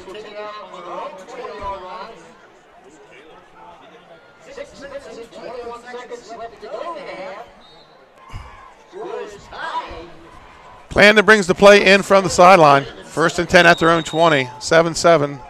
Timeout, Sussex Tech. So we're going to take one with them, folks. 7-7. We'll be right back. Unique Image opened for business in Wilmington, Delaware in 1979 with one focus, wowing our customers with great products and even greater customer service. 30 years later, we are still doing exactly that. Whether you're looking for marketing tools to promote your business, gifts for your employees or clients, or planning a special event, we're here with the voice of experience to help you every step of the way for your complete satisfaction. Visit our new showroom in the Mill Creek Shopping Center, 4577 Kirkwood Highway. Unique Image, you envision, we create. Unique Image began his career in home finance in 2002 as a mortgage consultant. Since 2002, Brian has helped over 1,000 home buyers achieve their dreams of owning a home. Brian's knowledge of current market conditions and his detailed evaluation of buyers' finances ensures that each buyer will receive the best mortgage to fit their needs. Brian is often commended on how efficient and effortless he makes the mortgage process for everyone from first-time home buyers to investors to experienced buyers. For the loan that fits you, contact Brian. And welcome back to Sussex Central High School. 1st and 10 for the Golden Knights. And it's going to be Williams. Got some running room on the left side. Oh, hit from behind. But he's got enough for the first down.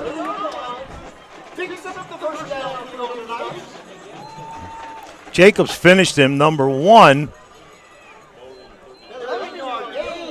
No, Sneed. Sneed won for Sussex sorry. Tech. First and 10 at the 33-yard line.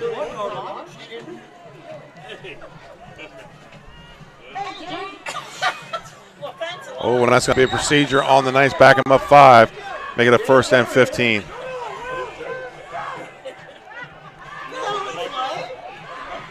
That's the 5th penalty on Sussex Central tonight. And they're starting to do some uncharacteristic things here, Tack. Yeah. I don't know if we're keeping an account, but that may be number 4 or 5. I got 5 penalties on it. Nice. Yep. So first and 15 for the Knights. They break the huddle. Glandon under center. Short split to the left. That's going to be a guard trap with Stratton. And he's going to get out close to the 35, call it the 34-yard line. It's going to bring up 2nd and 8. And these kids better be careful, Tack. I'm seeing a lot of little extra pushes after each play. Yep. Nice strong run inside. Brought down by Riley, number 33. Looks like he's playing in there, the tackle. 2nd and 7. Williams left side got in the backfield. There's another flag on the play. It's going to be a block in the back. And the moans from underneath us here on the Sussex Central side. Looked like Harper, 15, was in on the tackle. Wiley, the big D tackle, came down the line, but just could not make the stop. So it's going to bring up a 2nd and 10. There's nothing on Facebook. But We got like 8 penalties between the two teams here attacking the first half. Yes, you do. There's Gene, baby. 2nd and 10 for the Golden Knights. Ball at their own 33-yard line. Single back in the backfield, Stratton.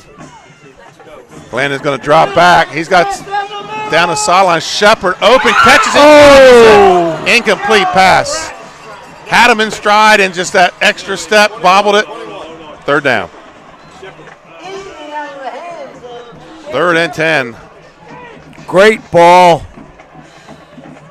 Yeah, Glandon's stretching the field tonight. Yeah, he's two good passes. They have to have confidence in him now. Every ball he's thrown has been there. I'm waiting for them to come back to the flats that we saw last week because it's catch and run. Well, right now, Tech's getting caught looking in the backfield. Yeah, they're defensive backs. They're just having receivers run by them, and then they have to turn and try to catch them. And they're vertical routes, but they're putting the wide out. He's just sitting underneath. We have a whistle. Yeah, they had the end jump into the zone. So that's going to bring up a 3rd and 15.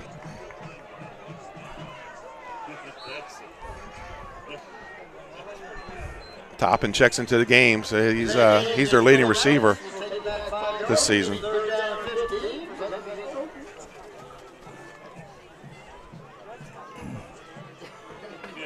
Yeah, he's at 10 catches, 120 yards. A couple touchdowns. 3rd and 15 for the Knights.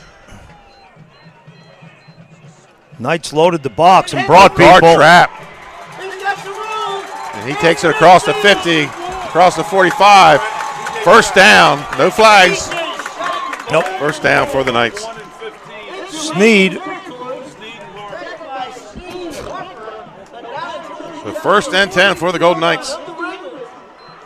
Sneed and Harper on the tackle. They got caught with a middle linebacker blitz. He got caught up in the trapper that time. Ball at the 43-yard line of Sussex Tech. 4:11 and counting to play here in the half. 7-7.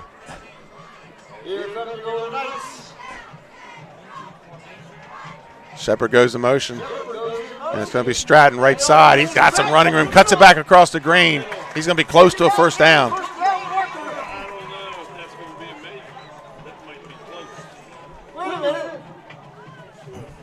like Harmon Colic with 27 top. That was their version of the isolation.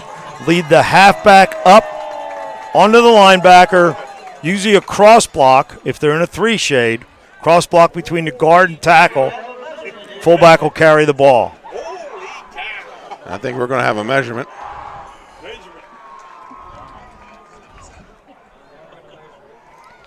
Here comes the chin game.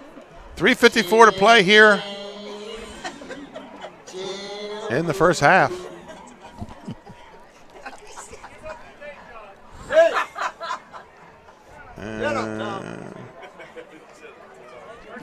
Going to be short. It's going to be 2nd and inches here on. We found the missing link. 2 chain links. Short of the first down. We found the missing link.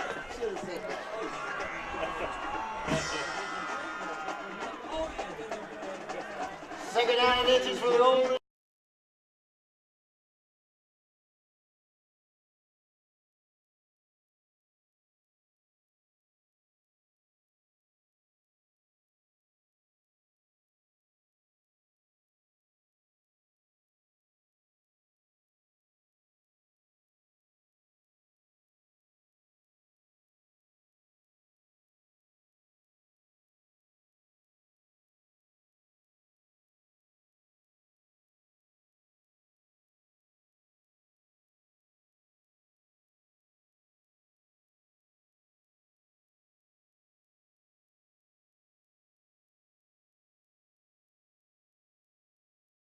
All that time. 1st and 10 for the Knights at the 25. That's Stratton, loses a tackler, breaks the tackle, and then goes down about the 20.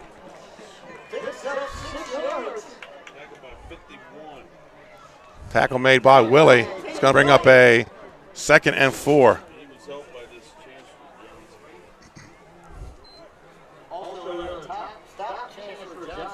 Gain of 6 on the play. Ball is in the Lashers Barbecue red zone. Sits at the 19.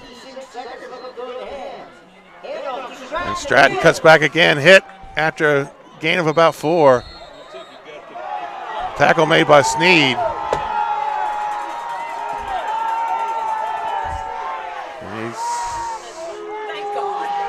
got the first down. Ball at the 14-yard line.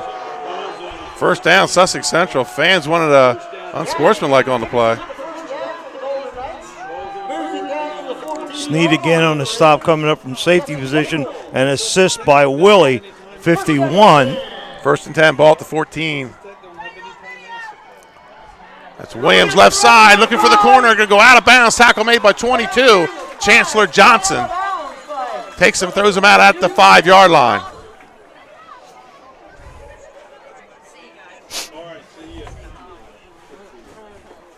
Going to bring up a 2nd and 1. Ball out about the 5-yard line.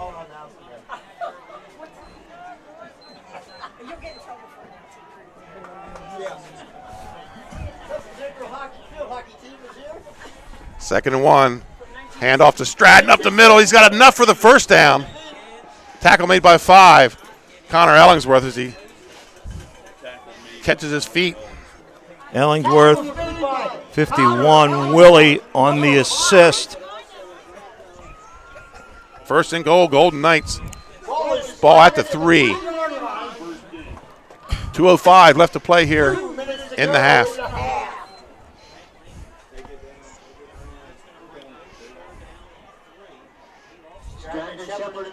And Stratton on the inside gets near the goal line. They're going to push him back.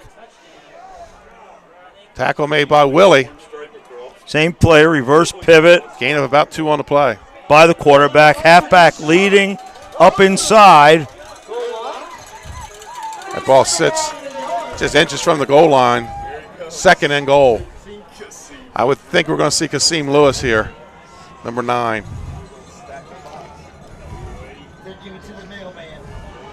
And Kasim Lewis is in it for that in that wishbone formation. Kasim, no, it's going to be Shepard following him. Touchdown, Sussex Central. With minute 15 to play here in the quarter.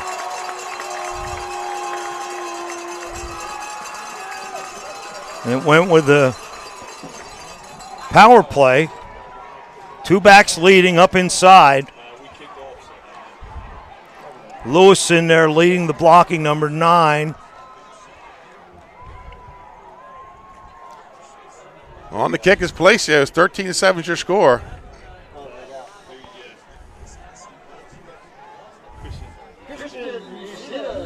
And we're going to get a timeout. Sussex Central. We're going to stay right here because I got some score updates. The Vikings are kicking some field goals down there. They now lead Cesar Rodney 13-8 in the first half. Last score I got up in Smyrna was 22-0 Smyrna over Milford. And no other scores tonight.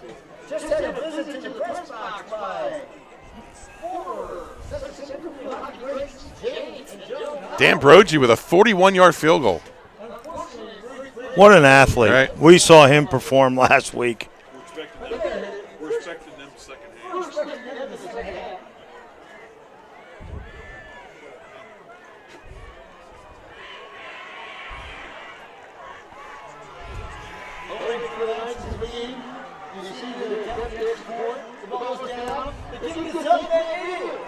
The kick's good, so it's 14-7. Minute 15 to go. Folks, we're going to take a commercial timeout, come back with the end of the first quarter.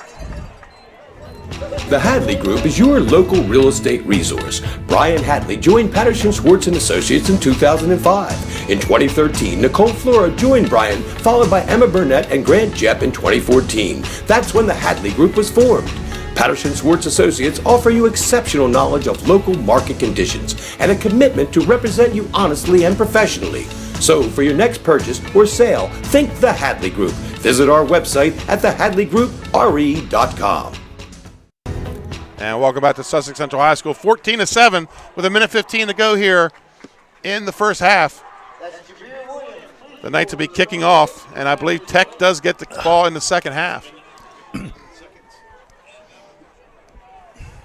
But I think right now, Tech, I think this game was a lot tighter than people expected. I think a lot of people thought Central would dominate. I thought they would dominate with the loss of players that Tech had. I think they've done an outstanding job having this team ready. Been I noticed a little bit of miscommunication in the backfield, but other than that, they can clean that up. Snyder's done a nice job of running the offense. Palacios on the kick, kicks it high but short, taking it about the 26-yard line. That's number 15, Harper, and he's going to get out to about the 31. Tackle made by number 23, Skylar McVicker.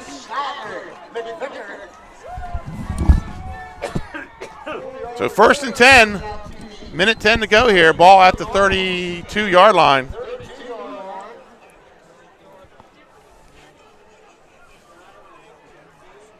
We'll see if Coach Quillen tries to go deep or if he just takes it down 7 at the half, getting the ball. Maybe he'll use a sideline, work his way up. Tight formation. Stop the clock.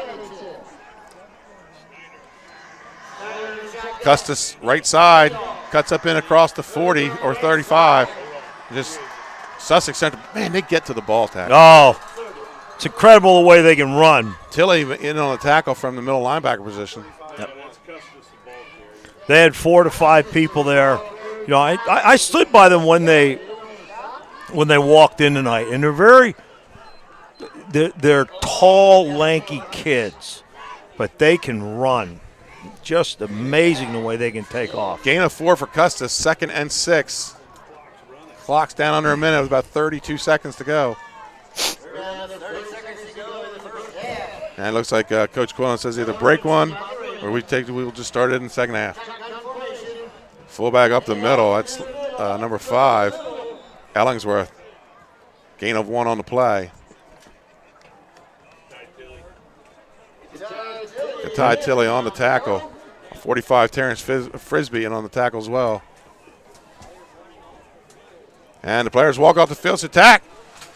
We got a good one. After 24 minutes, the first half's over. Our score, Sussex Central 14, Sussex Tech 7. Folks, we'll be back with the Arenas Deli's halftime stats after this timeout.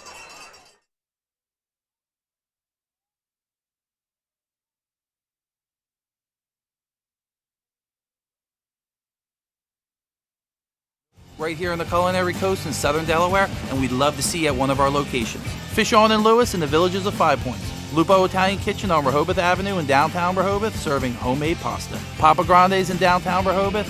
Our treetop deck has the best happy hour around. And Matt's Fish Camp, located on Route 1 in North Bethany Beach, your classic seafood shack. At Sodell, we believe in beautiful, simple food and making the world a better place. See you soon.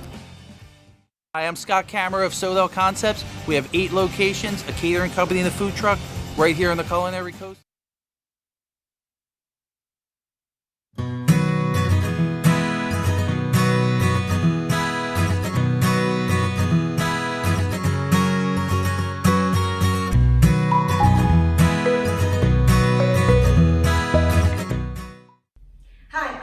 We're here again with our new edition of the Sodell in Sports. Today I'm here with Lauren and Mike. Why don't you guys tell us a bit about yourselves? My name is Lauren Larson. I work in our Human Resources Department. My name is Mike Simonsky and I'm the wine director for the company. And what sports did you guys play in high school and where did you go to school? I played volleyball in middle school and high school, Middletown High School, 2010. Let's see, I started playing soccer for like the Pee Wee League when I was 5, and played soccer and baseball through middle school and high school. And I ran track as also, winter track in high school, and I went to Cape and Lipton. Nice. What do you think you guys have learned from playing sports and how has it helped you within your careers now? Playing sports really helped me, I guess, cool off when you're in volleyball and either the ref or someone makes a bad call, you kind of want to freak out on them. So that kind of translated to work. You need to know how to just take a step back, cool off, and then kind of assess the situation. So I think that really helped. Yeah, I agree. I think playing sports in middle school and high school and after has really created a great sense of discipline and competitiveness, which I think translates into the work world, as well as teamwork. I think all of our restaurants are based on teamwork. So. Obviously, most sports are a team sport, so it was really easy to translate from playing team sports into doing teamwork on the job. Yeah, definitely. Great. What do you guys like to do outside of work? Do you guys stay active still, or what are some activities? Well, I think we got really lucky. I moved here. Volleyball wasn't a big thing, I feel like, in Middletown or in high school in general, and moving to the beach, it is the #1 sport, I feel like. We actually have a restaurant league where restaurants from Bethany to Rehoboth play a summer-long tournament. So it was really nice to move to a community where volleyball is pretty much the #1 sport. Yeah, I got into playing volleyball with the restaurant league and with friends after school. I'm also training for a triathlon, so I like to bike, run, and swim. But yeah, so I do those most days actually. Great. Well, thank you guys for joining me today, and stay tuned for our next video, and thanks for watching. Thanks.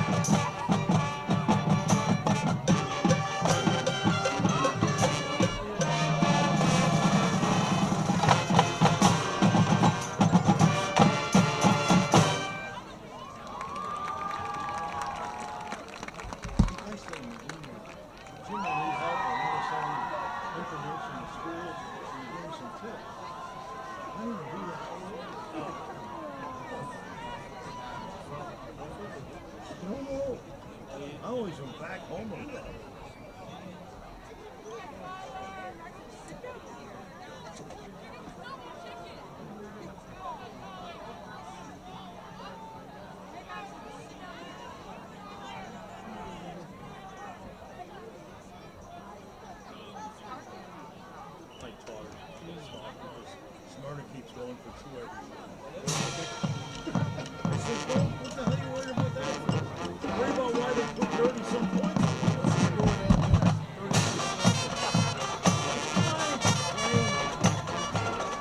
All they go over, I can't say it now. All over and then that's great. You know what coaches think they have it? Use it.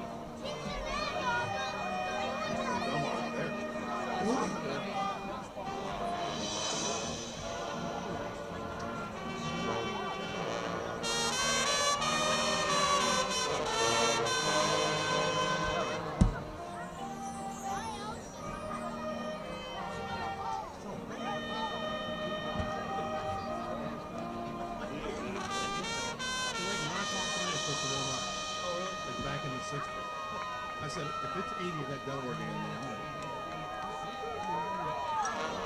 That's sunburn last year. When are you guys going? When are you guys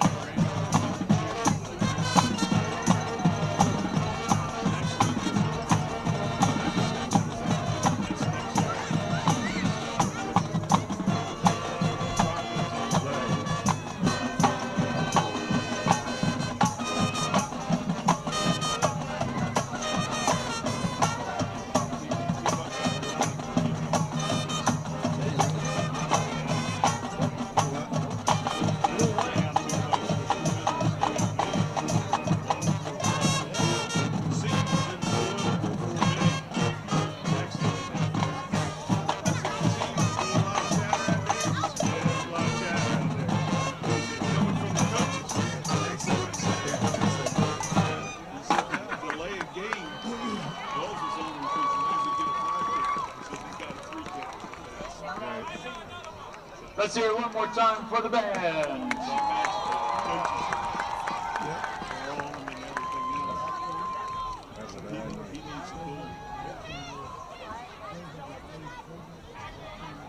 Tonight we'd like to recognize the senior cheerleaders and band members who have spent the last 4 years with us.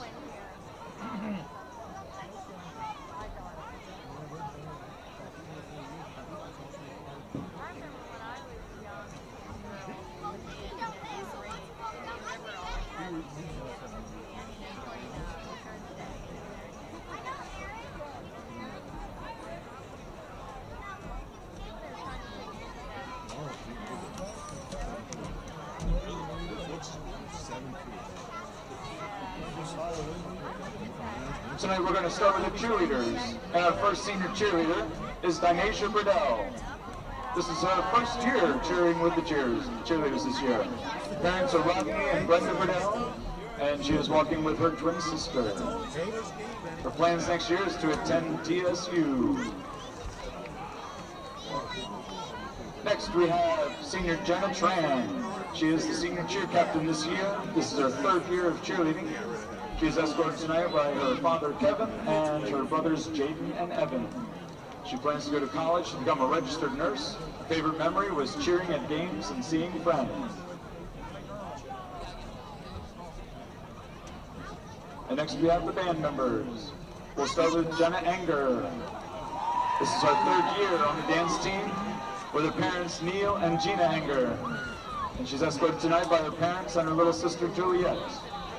Jenna plans to attend the University of Alabama to major in biology in hopes of becoming a pediatric technician. And welcome back, folks. 302 Sports, Benny Mitchell with Jim Tack. And let's go to our halftime stats brought to you by Arenas Deli. With a 14-7 score, Sussex Central leading.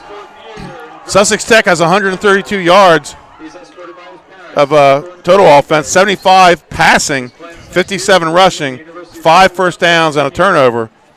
And Sussex Central, 255 yards of total offense, 72 yards in the air, 183 on the ground, 9 first downs, 2 turnovers. The scoring so far, second quarter, 7:13 to go in the second quarter. Glandon hooks up with Smith, 76 yards for a touchdown.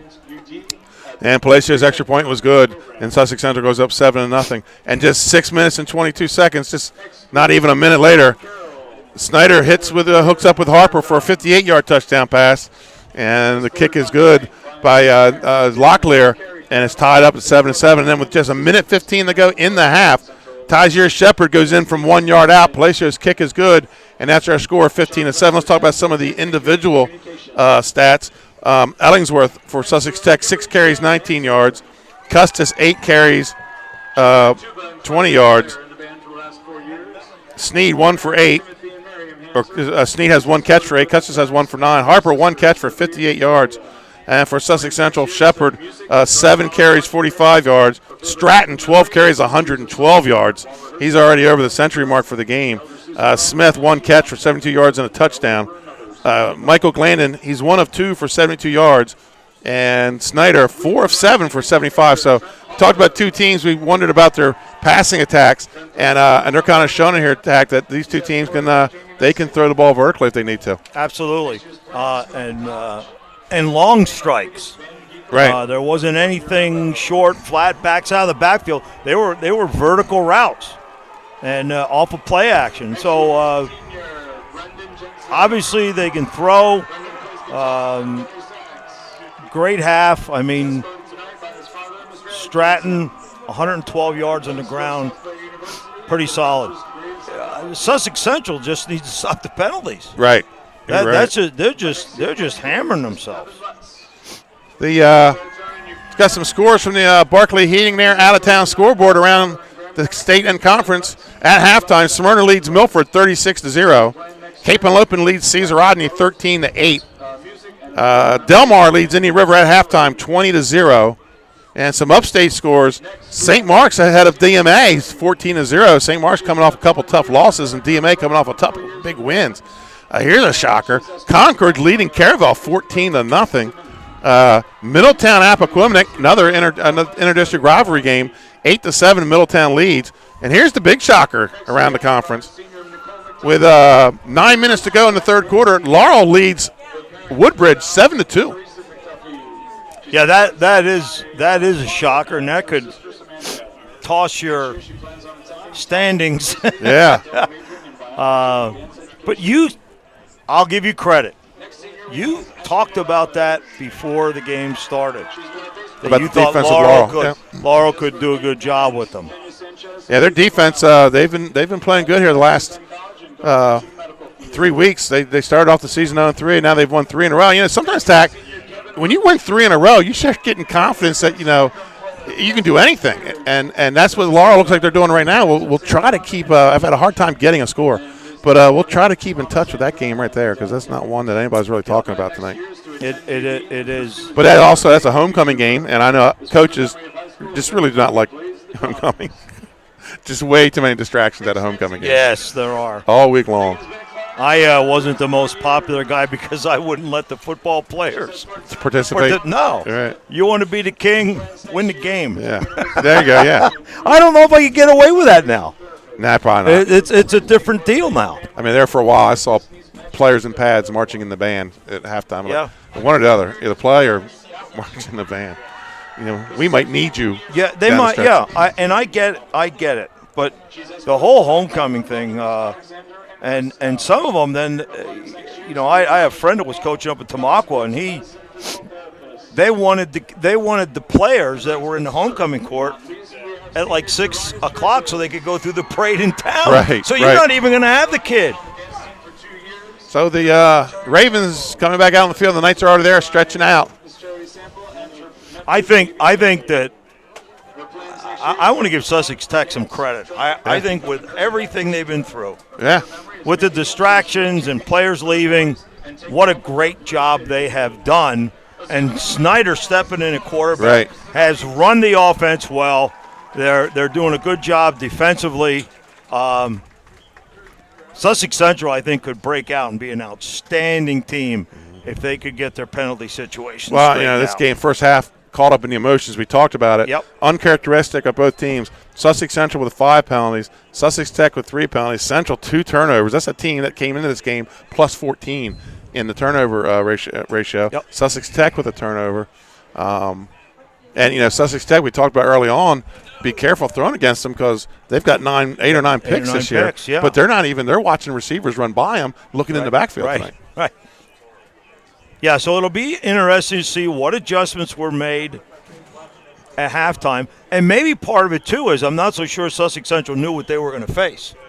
True, yeah. With Tech having other people. Look, I checked everywhere to see what the stats were for last week. And I tell you, Coach Quillen did a very good job of keeping that under wraps because I could not find them anywhere. Well, my praise goes out to him for handling that. That's not easy to do.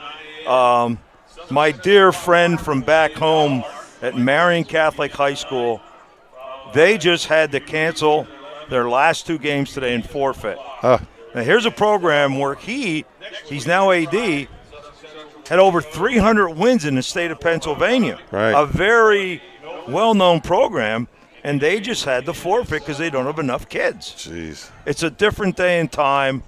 I think we're missing the boat with kids. We're just, this is what takes you in the next stage of life, the discipline, the challenges. But having somebody stand up and say, oh, you were mistreated, I'm sorry. I'm in a different zone.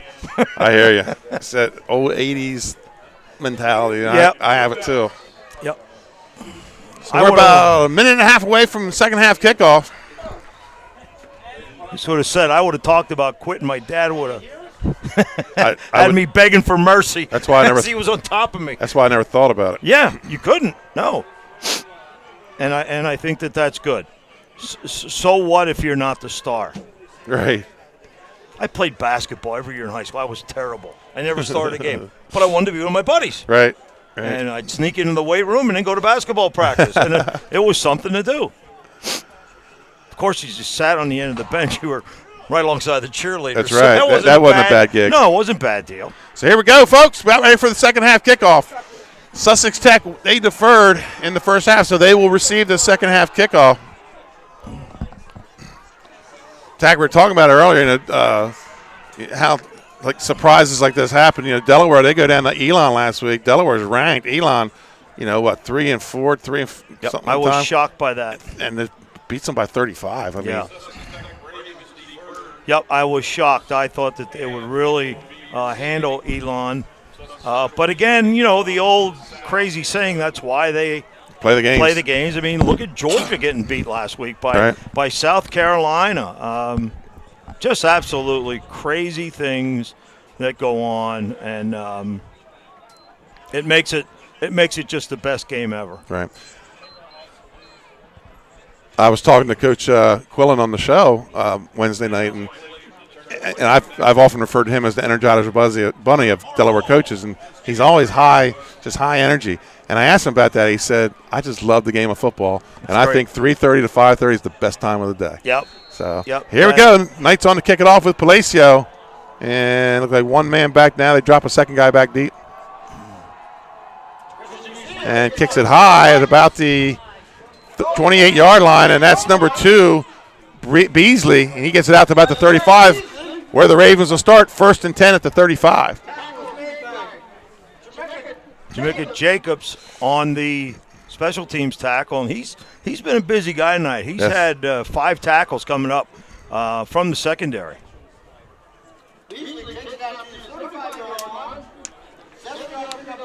Update out of Bridgeville or Greenwood.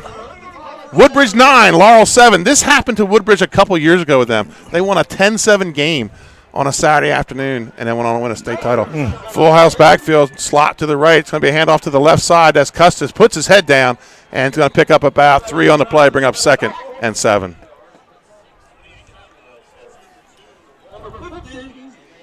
$50 on the stop. Not listed. Terrell Sturgis, 50. I think he changed numbers. Changed numbers? Yeah, I think so. He's not on the roster. 2nd and 7 to go here for the Ravens. Full house backfield again out of that little pistol. And it's going to be handoff left side. Nowhere to go. Kasim Lewis with the suplex. Brings him back down. Maybe a little bit of a loss on the play. Brings up 3rd down. He stemmed or either just was misaligned, but he got off the ball, went lateral and then vertical, and how about the upper body strength? He just dug the heels in and pulled him back with the upper body. Yep. 3rd and 7. He's a bundle of emotion. Yes. 3rd and 7. Plays hard. For the Ravens. And, again, we talked about this is what Central need to do. They need to put him in these 3rd and longs and put pressure on Snyder. Slot to the right. And an eye out of that pistol.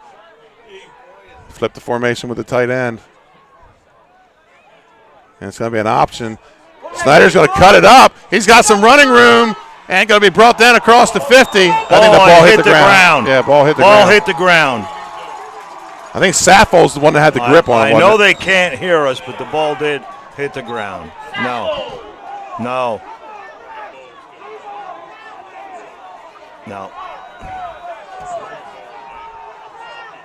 Saffold on the tackle.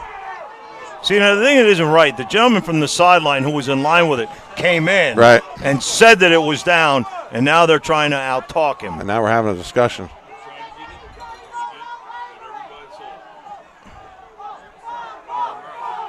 We're going to see it right here. Crowd's happening. Help me. And we're watching the replay up top. He's down. He lands on his knee and then his hip. Yeah.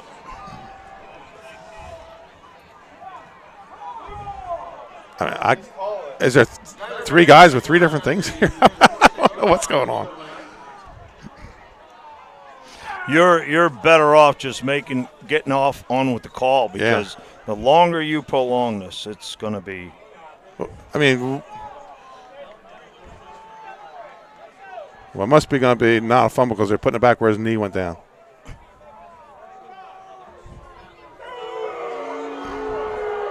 So 1st down for the Ravens, and that's what we saw on the replay, Tack. Yep. Wish we were able to put it out to the folks, but. So 1st down for the Ravens.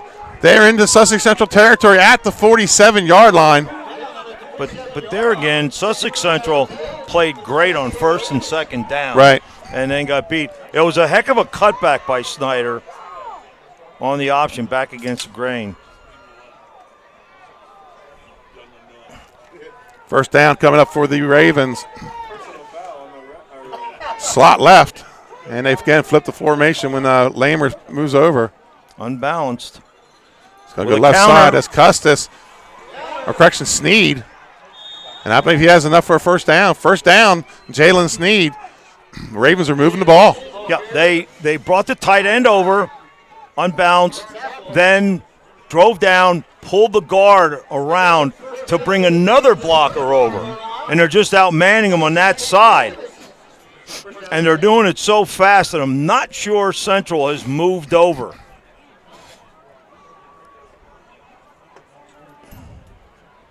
Ball at the 35-yard line of Sussex Central. 1st and 10, Sussex Tech.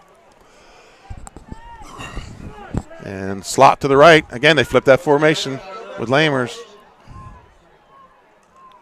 Sneed, right side, same play. He takes it down around the 30.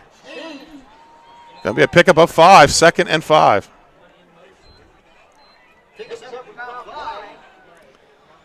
Now, they're moving, but I don't think they're crossing the center with their defensive tackle, which still leaves them unbalanced. Exactly, Ben.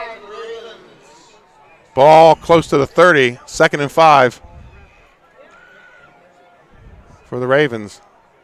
Yeah, same formation here, this time with an up back. It's going to be a handoff to Ellingsworth. Pushes the pile. He gets it close to the 25. He's going to be just short of a 1st down, 3rd and 1.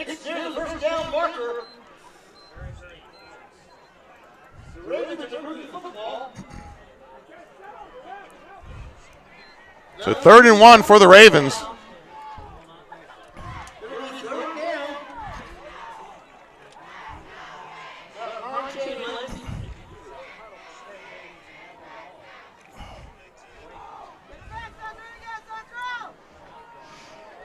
And then that pistol with 2 backs in the backfield. It's going to be a toss out to Sneed. He's got the 1st down and then goes out of bounds just outside the 20, it looks like. So it'll be 1st down. Jacobs chased him out of bounds.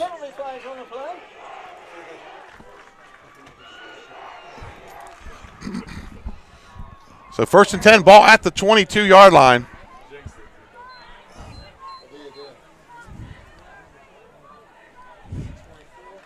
Just under 8 minutes to play here in the 3rd quarter. Slot to the left. Pistol with 2 D-backs. It's going to be Sneed left side, and he's inside the 20. Gain of about 4 or 5 on the play. And we're in the Lasher Barbecue red zone. Not been in the red zone much tonight as they've been running through it with those long passes. Right. Gain of call it 6 on the play, brings up 2nd and 4.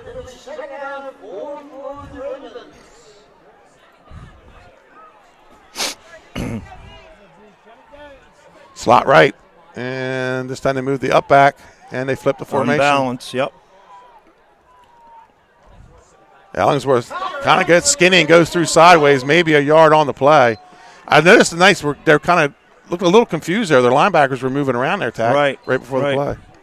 54 in there. Dennis on the stop. It's going to be 3rd and 3 for the Ravens.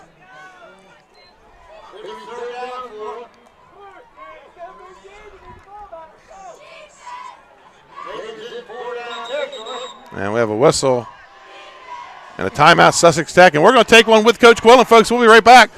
With 6:46 to play here in the 3rd quarter, the score, Sussex Central Gold Knights 14, the Sussex Tech Ravens 7. We'll be right back.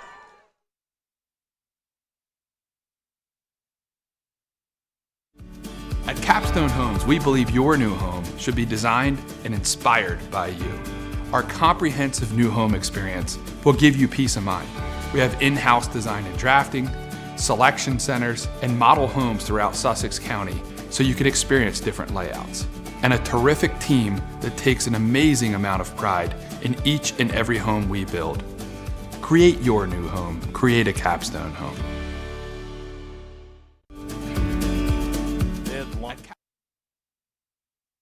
And welcome back to the Castle as we come out of the timeout. Looking at a 3rd and a long 3, called 3rd and 4 maybe. Ball at the 18-yard line. And there we go, slot left. Unbalanced left. They're already on, but yeah, their tight end's already over here. And Sneed up the middle. He's sniffed out this time by Frisbee. And number 88, I believe that was Dempsey. Dempsey. He's going to bring up Fourth down, loss on the play. Loss of 1. Brings up fourth, and actually looks like maybe a loss of 2 there. It's going to be a long 4.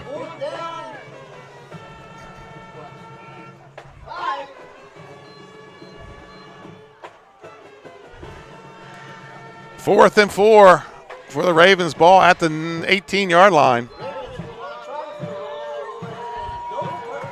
The old Maryland eye out of a pistol here, Coach. Yeah.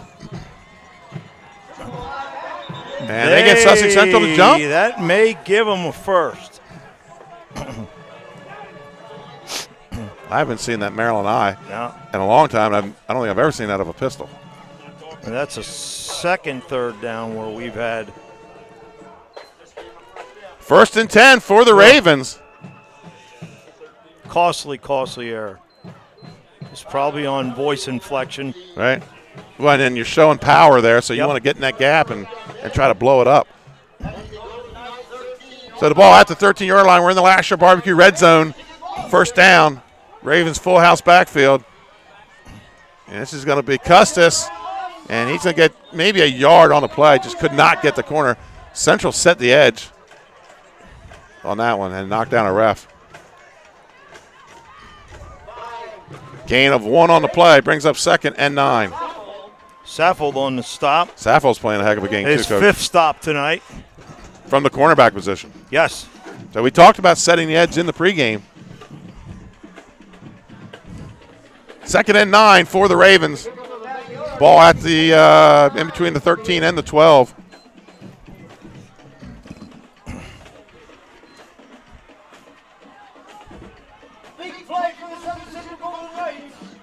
Snyder takes a snap, pitches it out to Custis. He bobbles it, cuts back. There's a flag on the play. Right center of the blind. That's going to be holding probably.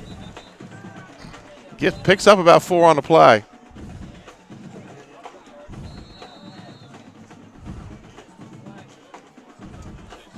Knight down on the field. Right. Holding is a preliminary call. Right.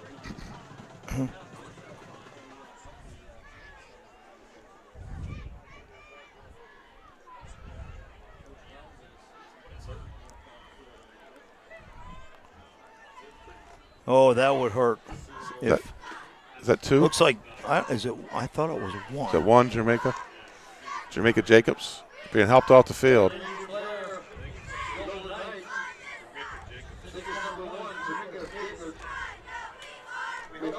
Yep. Update from the beach. Cape and Lopin now trails Cesar Rodney 16-13. So Cesar Rodney going for 2 twice now. So that's going to bring up a 2nd and about 18. Yeah, if they lose Jacobs, that's going to hurt. He's their leading tackler. Unbalanced again, Benny. Play action, drops back, rolls right. He's going to turn it up, goes out of bounds. Ball up to about the 21-yard line. Ty Tilley forcing him out. They've now adjusted to that unbalanced line.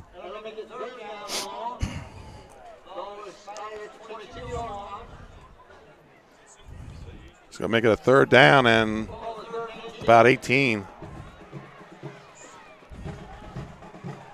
Snyder takes a snap, fakes the bubble screen. Throws out screen to Ellsworth. He drops the ball. Incomplete pass. 4th down. There was a man right there ready to make the tackle. I think that was Stratton, 18. He sniffed that baby out. 4th down for the Ravens. And this might be a little bit out of Locklear's distance. 4th and 18 for the Sussex Tech.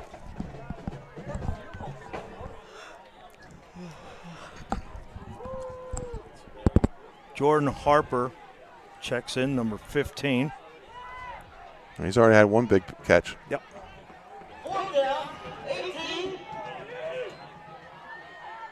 Hit the ball well. Got to roll back left. Under pressure. Finds a man open. That's Harper. Incomplete. Tried to run before he caught it. Turnover on downs. The Knights will take over 1st and 10 from their own 22. That was a nice job by Central to get out of that. They had giving up a couple opportunities on third down during the drive. So good hold for them if they can put a drive together here now. Just under 5 minutes left in the quarter.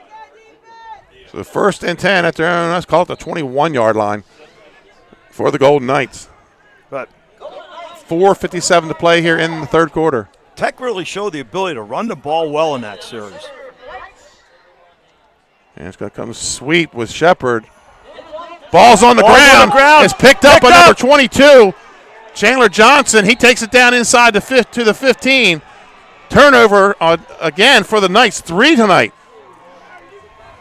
And that's going to put him in the red zone to start the drive. The Lasher's Barbecue red zone. And that's 3 more opportunities for Tech to score. All right. 1st and 10 for the Ravens. Wow. And we talked about uncharacteristic penalties and turnovers tonight for the Golden Knights. Just things they don't do a lot. No, and they've been playing through them, but you can't do it in your backyard. No. 1st and 10 for the Ravens. Slot to the right. I formation behind the quarterback, Snyder in the pistol. He rolls out to the right. Has a man open. That's number 80. Touchdown, Grant Lammers. Hits the tight end on the drag. Touchdown for the Ravens. And I tell you what, he hauled that ball in nicely, tucked it, and turned into the end zone. Touchdown. Grant Lammers. After the faking, that defense was headed to the sideline. He did a great job of holding the fake there. Locklear in for the extra point.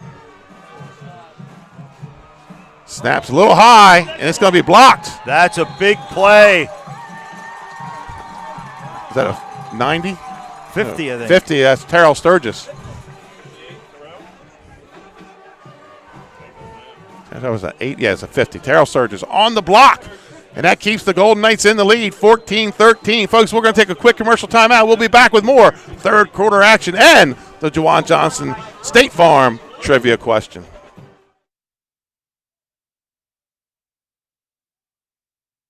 Congratulations, Dover Federal, on 60 years in business in Delaware. You've been by our side since our doors opened. Thank you so much for giving me a call on so many years ago when I had no credit. You helped our business grow into what it is today. As a military family, thank you for supporting the financial needs of servicemen and their loved ones. Happy anniversary, Dover Federal Credit Union. Happy anniversary, Dover Federal. Thank you. Thank you. Local people, local decisions, Dover Federal Credit Union. Congratulations. And welcome back to the Castle. 302 Sports here in the Helena Conference. Friday night game of the week. It's the Capstone Homes presents the Battle of Georgetown, and a battle we have, Jim Tack. 14-13, Sussex Central. The difference so far, a high snap and a blocked extra point. Extra point.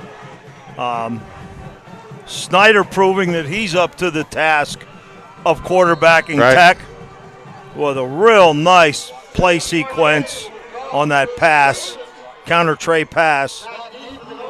And the ball kicked down the middle of the field, taken at about the 30. And that's Toppin on the return. He gets it out across the 45.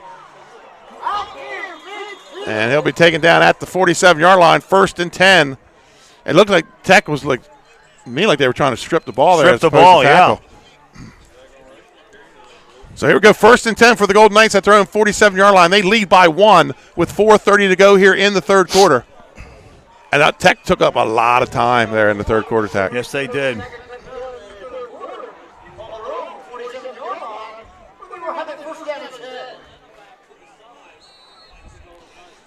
Stratton, the lone back in the backfield. Motion comes in near side. Jet sweep with Shepard. And trying to foul his blockers, but gets pushed out of bounds by number 27, Jamel Kollick. But it's going to be close to a first down. I think it's just going to be a bit short. Sneed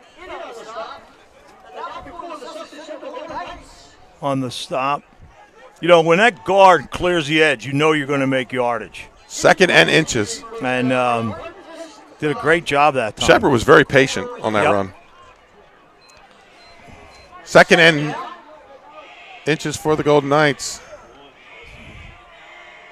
Motion comes to the near side. It's going to be a handoff to Stratton. He's got enough for the first down.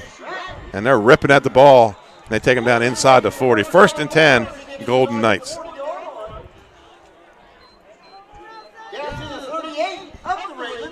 It's like on the stop that time. Really, Ian Riley, excuse me, and 22, Chancellor Johnson. Knights break the huddle. Ball at the Sussex Tech 47, 1st and 10. Stratton and Williams in the backfield behind Glandon. Strong backfield. Play action. Looks backside down. Route. And Smith kind of just like turned around. Yeah. What happened there? He never finished his route. I don't know if he expected it. They had a strong set to the field. He spun to the field, turned back, and I'll tell you what, and Smith just kind of maybe didn't think he was going to be a part of it. But Second and 10.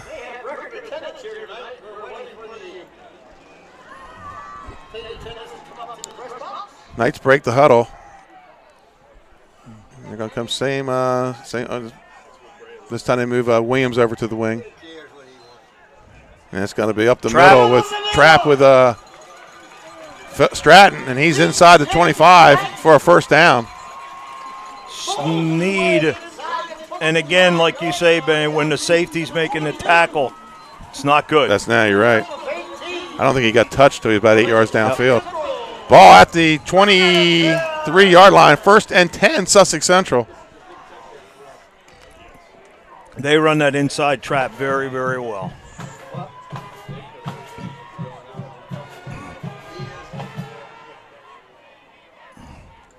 It's going to be Stratton again. And he maybe gets a yard this time. 26 and on the tackle. Right, Reinecker. And it looks like maybe 80 with the assist, Lamers. Gain of 2 on the play brings up 2nd and 8.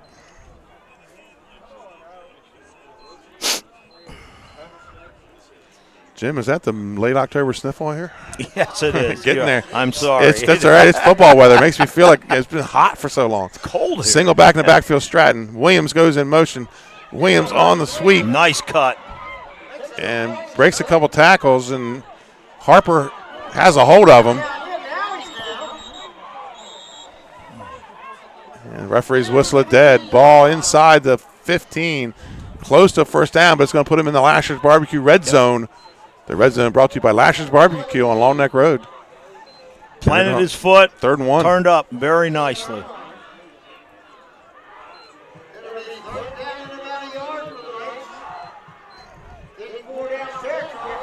Third and 1 for the Golden Knights.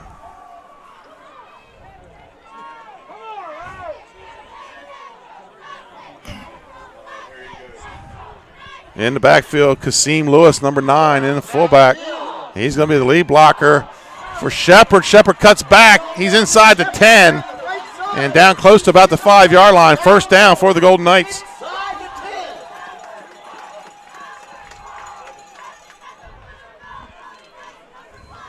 I believe that was Riley was in on part of it.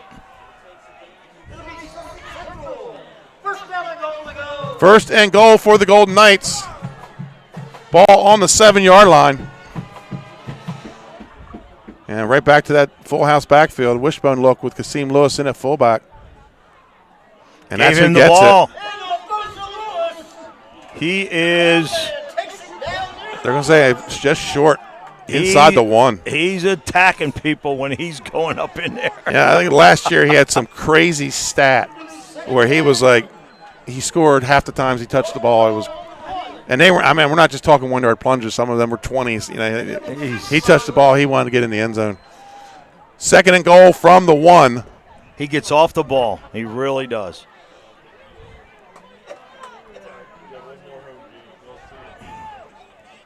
And it's going to be Parker or Shepard this time. Touchdown for the Golden Knights from a yard out. Tyjair Shepard.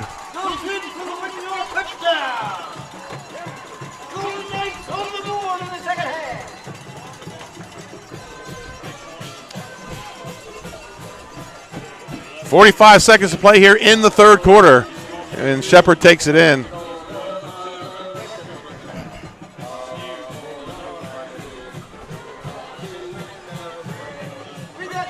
And we got Mr. Touchdown being sung up here in the.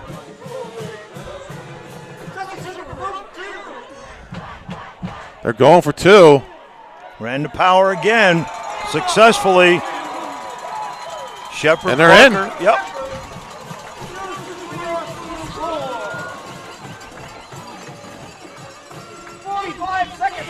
So 9-point lead for the Golden Knights, folks. We're going to take a timeout. We'll be back with more third quarter action.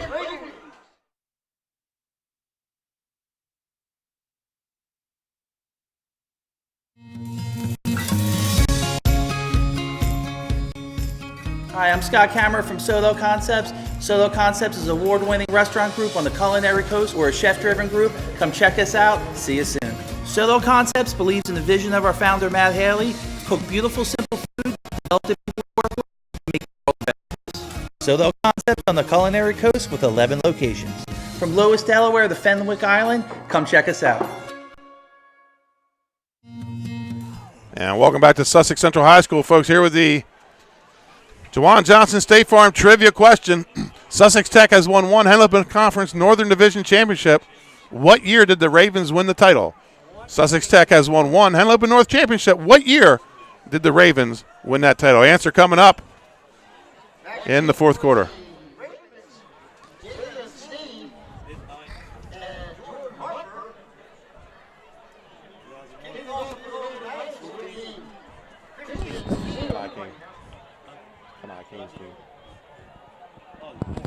Yeah. Here we go. On the kickoff is Palacios. And he kicks a high, short one. Hits the ground, picked up by number 11. Jay Sean Matthews maybe want a fair catch that one. First and 10 for the Sussex Tech Ravens at their own 33-yard line. 44 seconds to go here in the third quarter. Coming up the fourth quarter, we'll have that answer to that trivia question. The Juwan Johnson State Farm, he's here somewhere.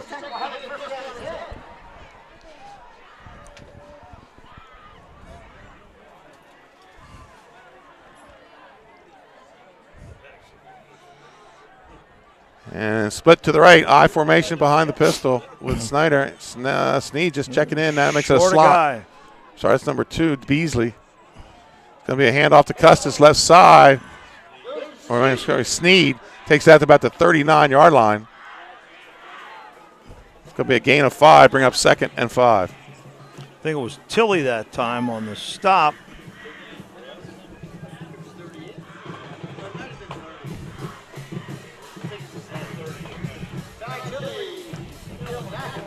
I have not seen Jacobs back on the field. No, number 1. Do you see him on the sideline? No, he was down here on the bench, but I don't see him anymore. Second down for the Ravens. And Sneed again, left side. And big stiff arm and hit again by, that was number 7, Smith. Laid the lumber on him. But here he's got the first down. Smith's third tackle of night. And that's the end of the third quarter. So, folks, after the end of 3 quarters, your score is Sussex Central 22, Sussex Tech 13. We'll be back after this commercial timeout.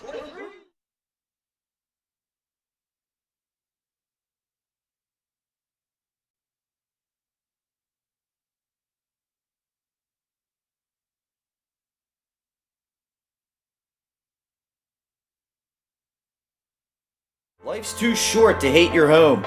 Remodel your home with the pros voted Delaware's #1 home improvement company.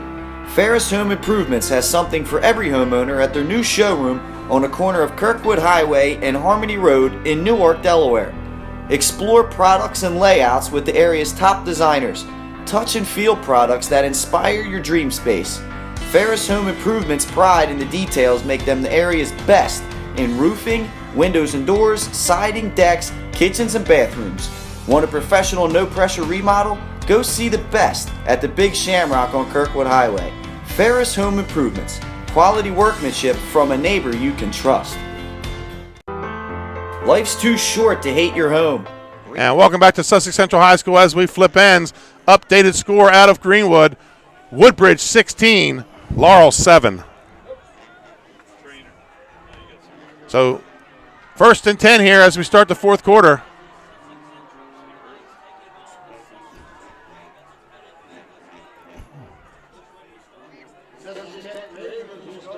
It's like they're lining up again, betting the unbalanced set. I think. No, I'm not. The referee's going to both benches. Sure, yeah.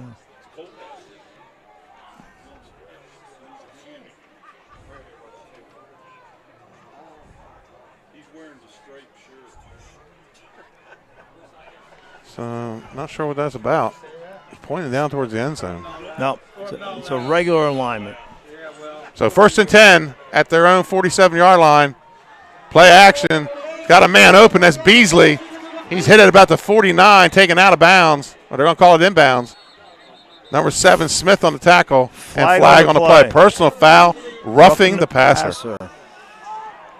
Ay, ay, ay, ay, ay.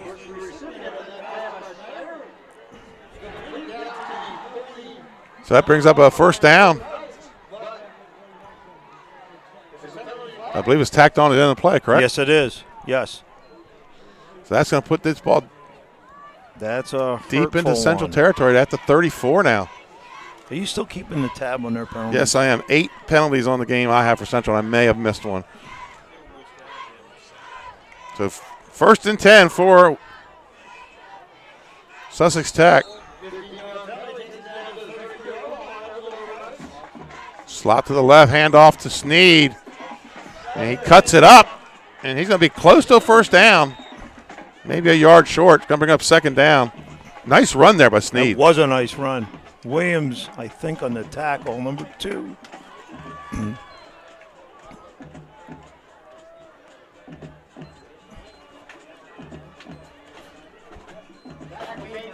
Final score in Smyrna. Smyrna 42, Milford 0. 2nd and 1 here for the Ravens. It'll be a long ride down Route 1. Yeah. Oh, drops the ball on the snap. Picks it up, makes something out of it, has some running room, and he's got the 1st down. And he's inside the 20. That puts him in the Lashers red zone. Sturgis on the stop. Heck of a cut by Snyder. We have an injury back here. Number 23, Skylar McVickers, another guy they really don't want to lose.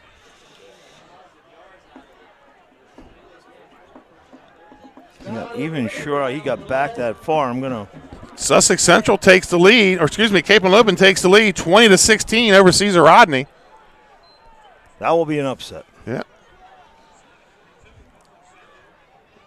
Vickers looking may have gone down in his shoulder. That's where he's kind of favoring that left arm. So we'll see what goes with him. Maybe just a stinger, but I think the issue was a referee was injured. That was why he went to both benches. There's a referee here on the training table. You're going to have to take a number at the Sussex Central training table in a second. You got McVicker down. I haven't seen Jacobs. No, I have not. And now a referee. Smith, he's stretching himself out down there. 1st and 10 at the 17. We're in the Lashers red zone. Sneed left side, cuts it up inside, and he's going to be down just inside the 15. It's going to bring up 2nd down. Frisbee, 45 on the stop. His 6th tackle of the evening. Gain of 4 on the play brings up 2nd and 6. 10:25 to play here in the game, so plenty of time. But if they score here, they're going to need a stop. Yep. Slot to the right. And then the deep back moves over. And a little toss out to Sneed. And he gets to the corner, cuts it inside to the 10. Saying he stayed in bounds. And he's going to be short of the 1st down. It's going to bring up 3rd and 1. Wilson and McVicker. Excuse me, not McVicker. Collins, I think, on the stop. 24. And he was slow getting that ball. Yeah. Ball at the 9. I think he's had a little trouble with the snap. It was. I think he may have bobbled it low. His back was towards us. So 3rd and 1, ball at the 9.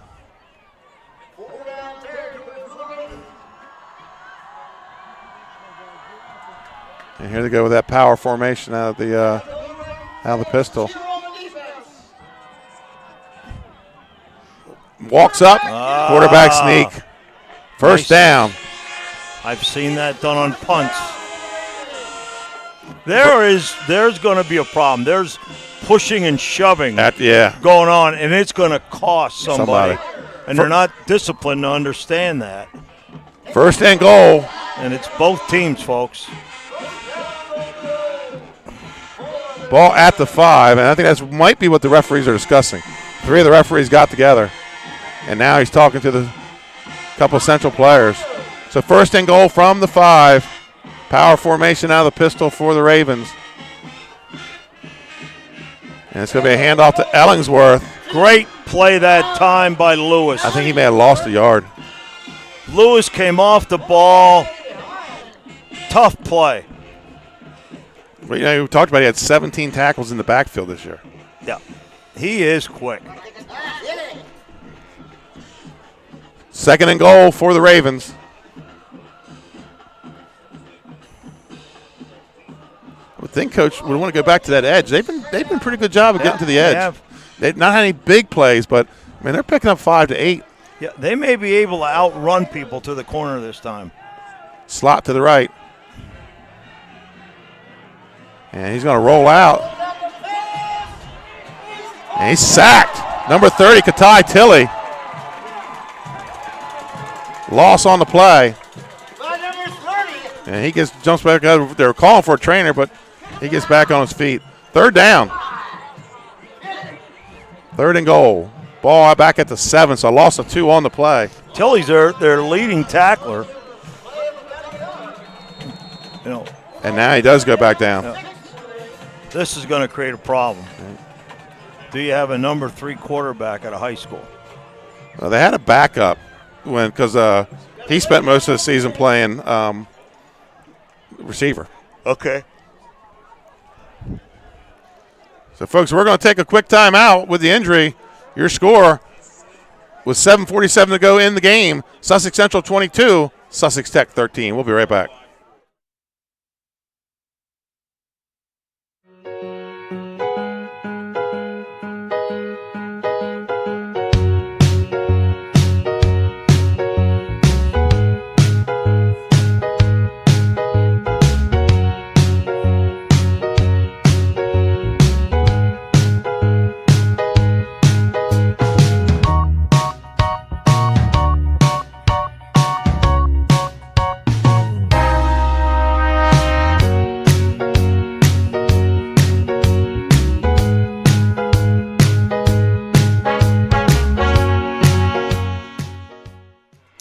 And welcome back to Sussex Central High School.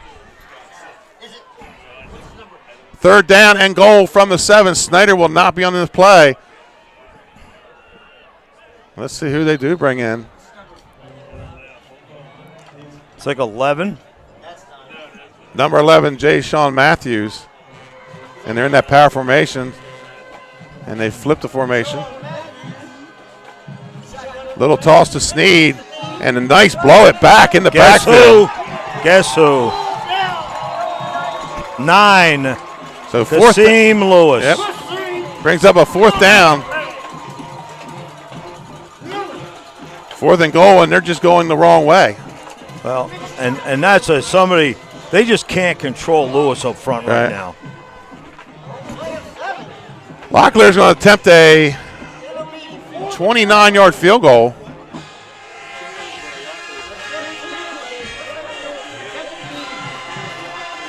Sneed on the hold, so got to be aware of a fake. Gets it up.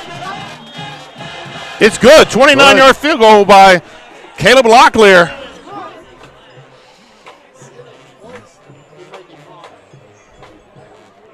And that's going to put it. Oh, wait a minute, we got a penalty on the field. Might be a roughing the holder.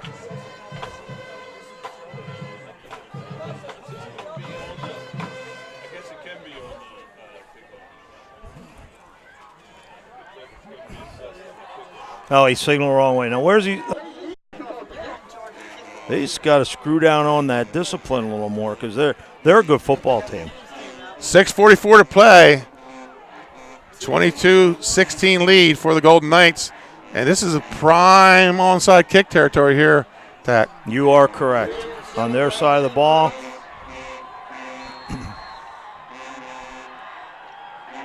And he's going to trust his defense and kicks it through the end zone. So the Knights will take over. The penalty doesn't really hurt them. Woodbridge settling things down on homecoming night. The Blue Raiders lead Laurel 22-7, fourth quarter. So Coach Jed Bell wiping his brow probably about this time. Wiping his brow, that's good. Has to take his visor off. He's a visor guy. Yeah.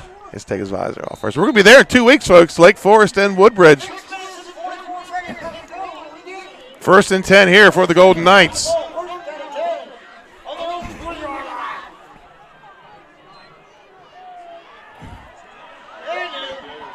Great cut. That's Williams. So he's going to pick up about maybe 8 on the play.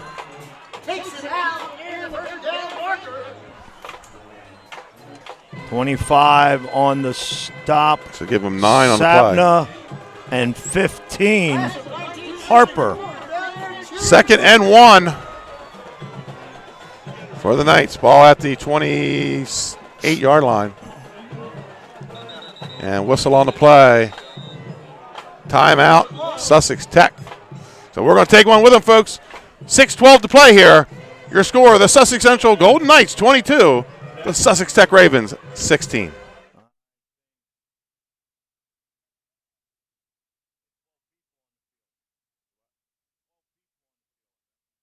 And I'm Lauren from Catch 54 in Fenwick Island, Delaware. Come visit us at Catch 54 overlooking the water in beautiful Fenwick Island, Delaware. See you soon.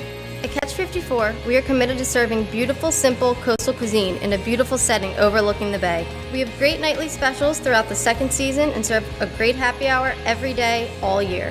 Catch 54 in Fenwick Island, Delaware. Open 7 days a week year-round. Come check us out. And here for our Dwan Johnson State Farm trivia question. Sussex Tech has won one Henlopen North Championship. What year did the Ravens win the title? 2014. That was Kenai Kane and the Ravens winning the Henlopen North.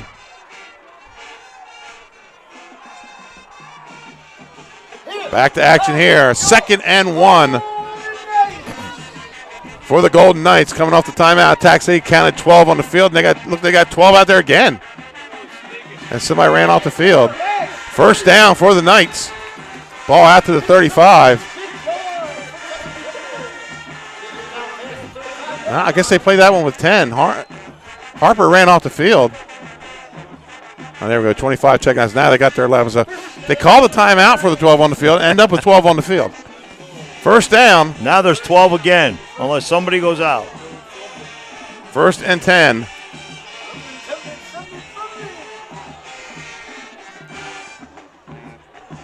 And it's going to be Williams. Oh, big hit. Another big hit by Snead. I don't know who got the first one.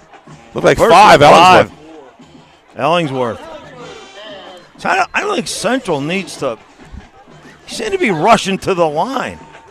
They don't need to. All right, 2nd and 6. Gain of 4 on the play. Yeah, they're not using the clock. 5:20 to go. They might just want to score again. Trap with Stratton. He's going to be a yard short to bring up 3rd and 1.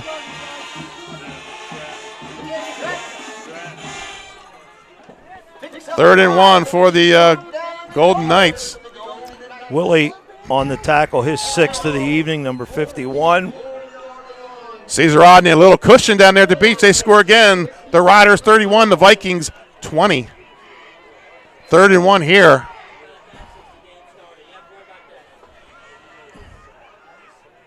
Hand off to Stratton, and he's right at the marker. He's going to be close.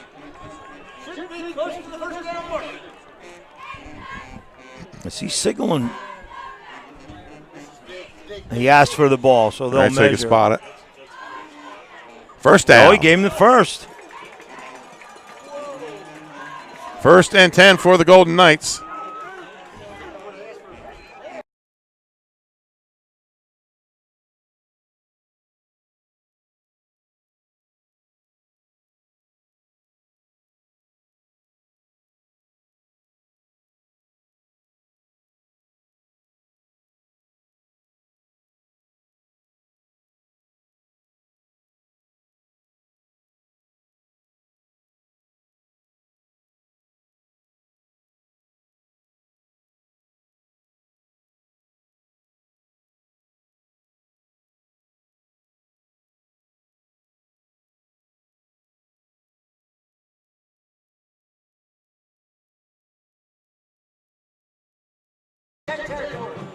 First and 10 for the Golden Knights.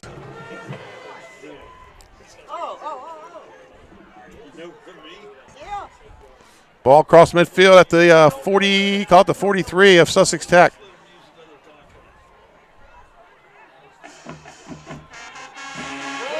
Kasim Lewis. There he goes. Got ahead of steam. Touchdown, Sussex Central. Kasim Lewis, no flags on the play. 43-yard run.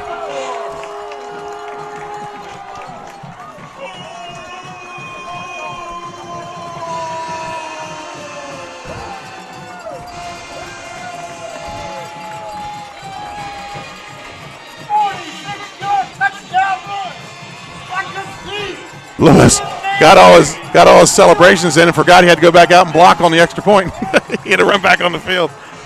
28-16, Sussex Central. There isn't a guy with a better first step than Lewis. And you don't want to be in front of him when he hits the third and fourth step. Man, he is a bull coming down the field. And it looks like the Knights are going to go for two again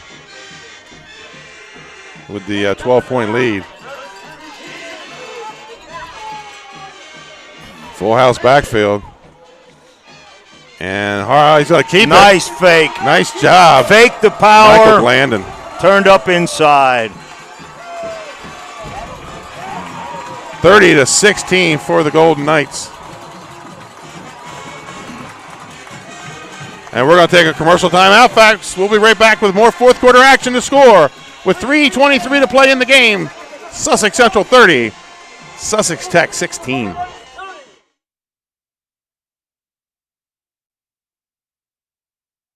Capstone Homes, we believe your new home should be designed and inspired by you. Our comprehensive new home experience will give you peace of mind. We have in-house design and drafting, selection centers, and model homes throughout Sussex County so you can experience different layouts. And a terrific team that takes an amazing amount of pride in each and every home we build. Create your new home. Create a Capstone home. And welcome back to Sussex Central High School. 30-16 is the score. And I tell you, Tack, when it's all said and done, 30-16, people that weren't here or didn't watch aren't going to realize how good of a game this was up until the last 4 minutes. Yeah, absolutely. It was a great game. Place's on the kick.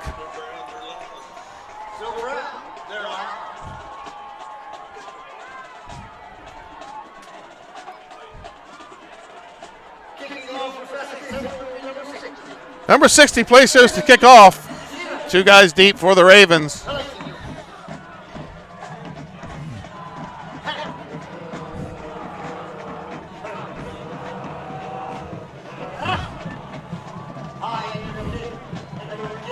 Snead catches it and drops it, and then hit right away. Gets it out, spins, and gets it out to about the 30. First and 10 for the Ravens with 3:18 to play.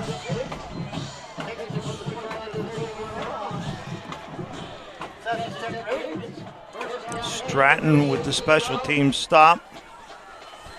And how important are special teams to Coach Wells putting his fullback on the kickoff team? Mm-hmm.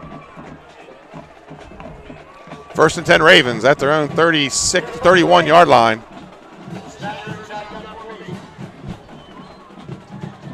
It's going to be Snead, left side, puts his head down, gets across the 35 to the 36, gain of 5 on the play, brings up second down. Alton Number 54. I may be wrong there. No, wait. No, Dennis on the. Yep. Inside linebacker stepped up nicely, but he had help from the outside backer. 2nd and 5.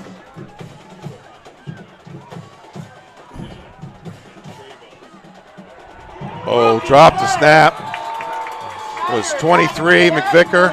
Or I'm sorry. Frisbee. And also on there was 23, Skylar McVicker. So sack for the Knights. It's going to make it a 3rd and 11. Frisbee having a nice game with 6 tackles and a sack. 3rd and 11 for Sussex Tech. Approaching 2 minutes to play in the game. And their band's still playing. I just love that high school atmosphere with the big time college feel. And Snyder throws one deep into double coverage. Oh! Almost brings it down to the. Was that Jordan Harper? Harper almost brought that thing down. Yeah, somebody almost got mossed there. Harper had a great game. He did. 6 tackles, a fumble recovery, and contributed on the offense. 4th down for the Ravens.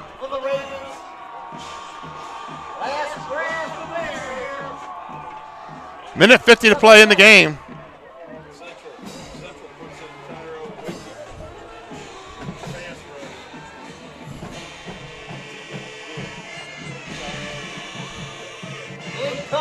Oh, flag on the play. Let's see what it is. Flag on the play, and they were writing things down.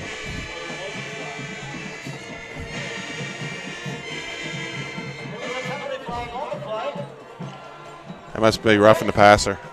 Marking off 15. That's the second time that was called tonight on Central. So 1st down for the Ravens.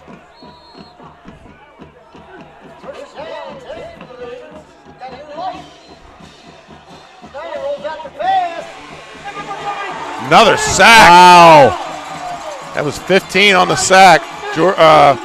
Jeremiah Wilson.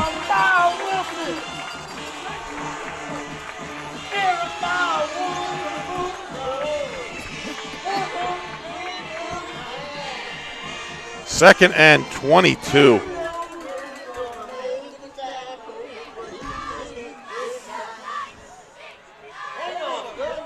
Snead off the right side, and he's caught from behind. Gets it out across the 40. With Dennis on the tackle. It's going to bring up 3rd down. Dennis running the field pretty good with 6 tackles. 3rd and 15. Timeout, Sussex Tech.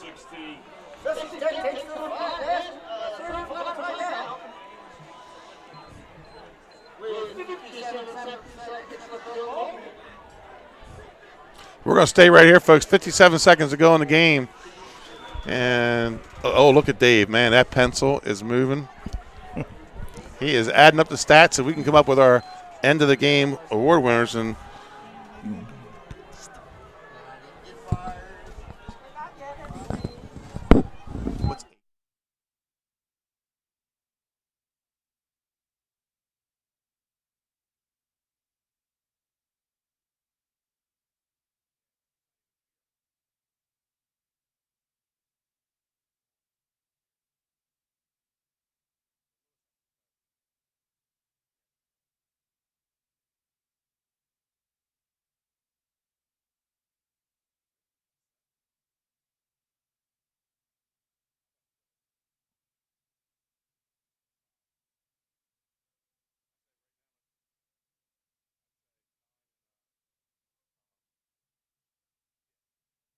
And we're back.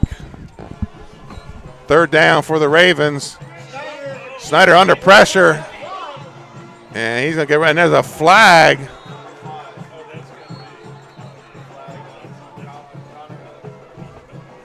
Let's see what the flag is. Pushed in the back by the Ravens. Imagine that's going to be the decline. It's going to bring up 4th down.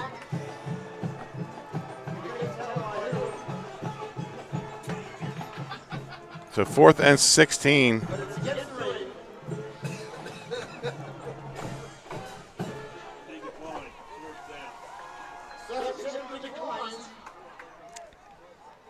Fourth and 16 for the Ravens. 50 seconds. Wasn't it 50 seconds when I started play? Yep. That's what I thought. Whitkey that time, Yeah. chasing all the way to the sideline, defensive end.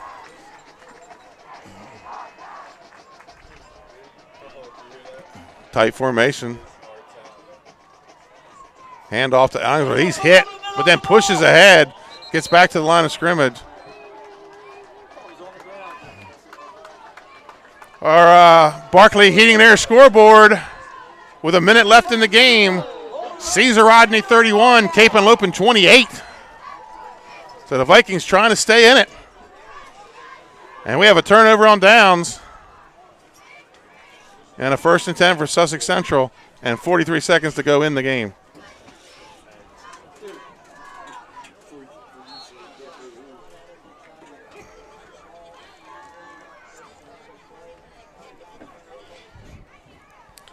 And I'm not sure how many timeouts Tech has.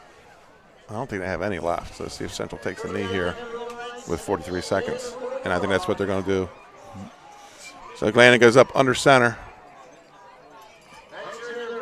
And steps back and takes a knee. The Knights in victory formation. The right thing to do. Yep.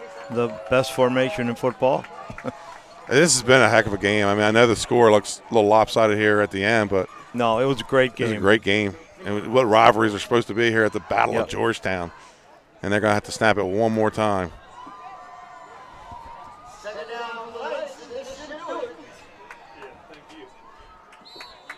So, Tag, after this, we'll take a commercial timeout. Once the clocks hit the zeros, we'll make it official. And then we'll come back and announce our pest of the game and player of the game. As the Sussex Central Golden Knights, the clock ticks down to 3, 2, 1, and the Knights win the Battle of Georgetown, 30-16. Frisbee also had a sack. Yeah. Folks, we'll take a commercial timeout. We'll be back with our post-game stats from Arenas Deli.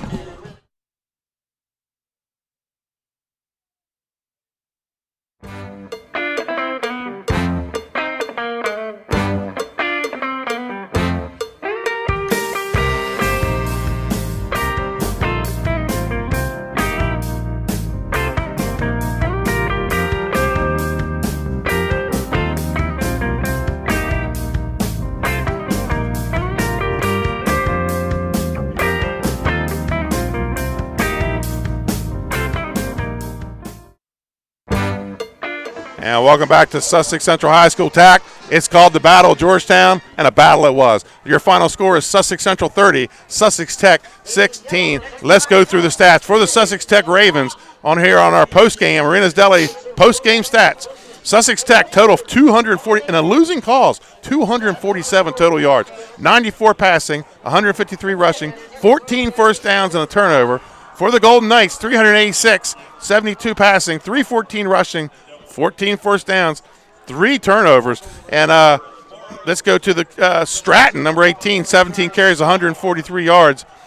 Shepard, 10 carries, 63 yards. Custis, 15 carries, 55 yards. Sneed, 10 carries and 46. Harper caught the touchdown pass. Grant caught a touchdown pass for the Ravens. And then Smith for the Golden Knights, 1 catch, 72-yard touchdown. Glandon, 1 of 3 for 72. Snyder, 6 of 12 for 94. I mean, those stats showed kind of what we saw here tonight in this game. So let's get to our active pest. Get the bugs up. The bugs are up. It's the active pest solution. Pest of the game. Jim Tack, who's our pest?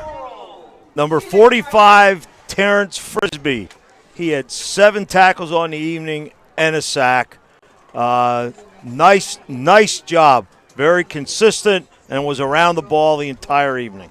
So your pest of the game, active pest control pest of the game, is Terrence Frisbee, the linebacker from the Sussex Central Golden Knights. And our player of the game, who else but the man that did a little bit of everything here tonight, number 9, Kasim Lewis. I mean, big blocks on the leads and then barrels off on a 43-yard touchdown run. He's a big man. He's a defensive tackle, and he's running 43 yards for a touchdown with nobody around him. And the plays he made, the last threat that Tech made, 2 plays in a row, he disrupted the running play in the backfield. He gets off the ball better than anybody I've seen. He's a good player. Kasim Lewis is our Louis Pizza player of the game. Folks, we'll get your pictures. Trey's down on the field. We'll get those pictures and get them up on Twitter tonight, Facebook during the week. Have them out there on social media. So, let's talk about the weekend, Coach. It's college football Saturdays for the boys. Let's start with what's going on around the state of Delaware. In Division III, number 18 Wesley off a tough loss to Salisbury, 4-1. They go up to take on the William Patterson Pioneers, 2-3 up in New Jersey. That's the 1 o'clock kickoff. But most interesting about this game is going to be a Woodbridge class reunion, for goodness sakes. For the William Patterson Pioneers, Tariq Riddick, graduate of 2017 of the state championship team. Richard Massey, also from Woodbridge. And on the Wesley team, Shymir Vessel's a part of that 2016 state title team. And Michael Brewer, who was on that team, graduated in 2018. So 4 Woodbridge Blue Raiders are going to be in this game, 2 on each side. Delaware State, 1-5. They host 2-4 Merrimack College Warriors. That's a 2 o'clock kickoff. And then up in Newark, that's where I'm going to be. The University of Delaware, ranked number 24 in the nation, 3-3, 1 o'clock kickoff. They welcome in the number 23 New Hampshire Wildcats at 4-2. So must win. Delaware with 3 losses. They're in that must win. They got to get to 8 wins if they're going back to the playoffs. That's going to be a heck of a game. New Hampshire is a great team also. And I believe it's also Parents Weekend, Family and Parents Weekend at the University of Delaware. And next week, we will be in Camden. When the Smyrna Eagles come to town, they're looking to wrap up the Henlope and North Tech. They're going to be taking on the Caesar Rodney Riders, who look like they might be going to escape the beach with a 31-28. Still a minute. There was a minute to go in the game when we got that score. Don't have a final on it yet. Last we had Woodbridge winning late 22-7, and that's all the scores. We got Smyrna 42-0. So, folks, next week we'll be in Camden. In the following week, I think we're going to be Lake Forest at Woodbridge. So the season's starting to come down.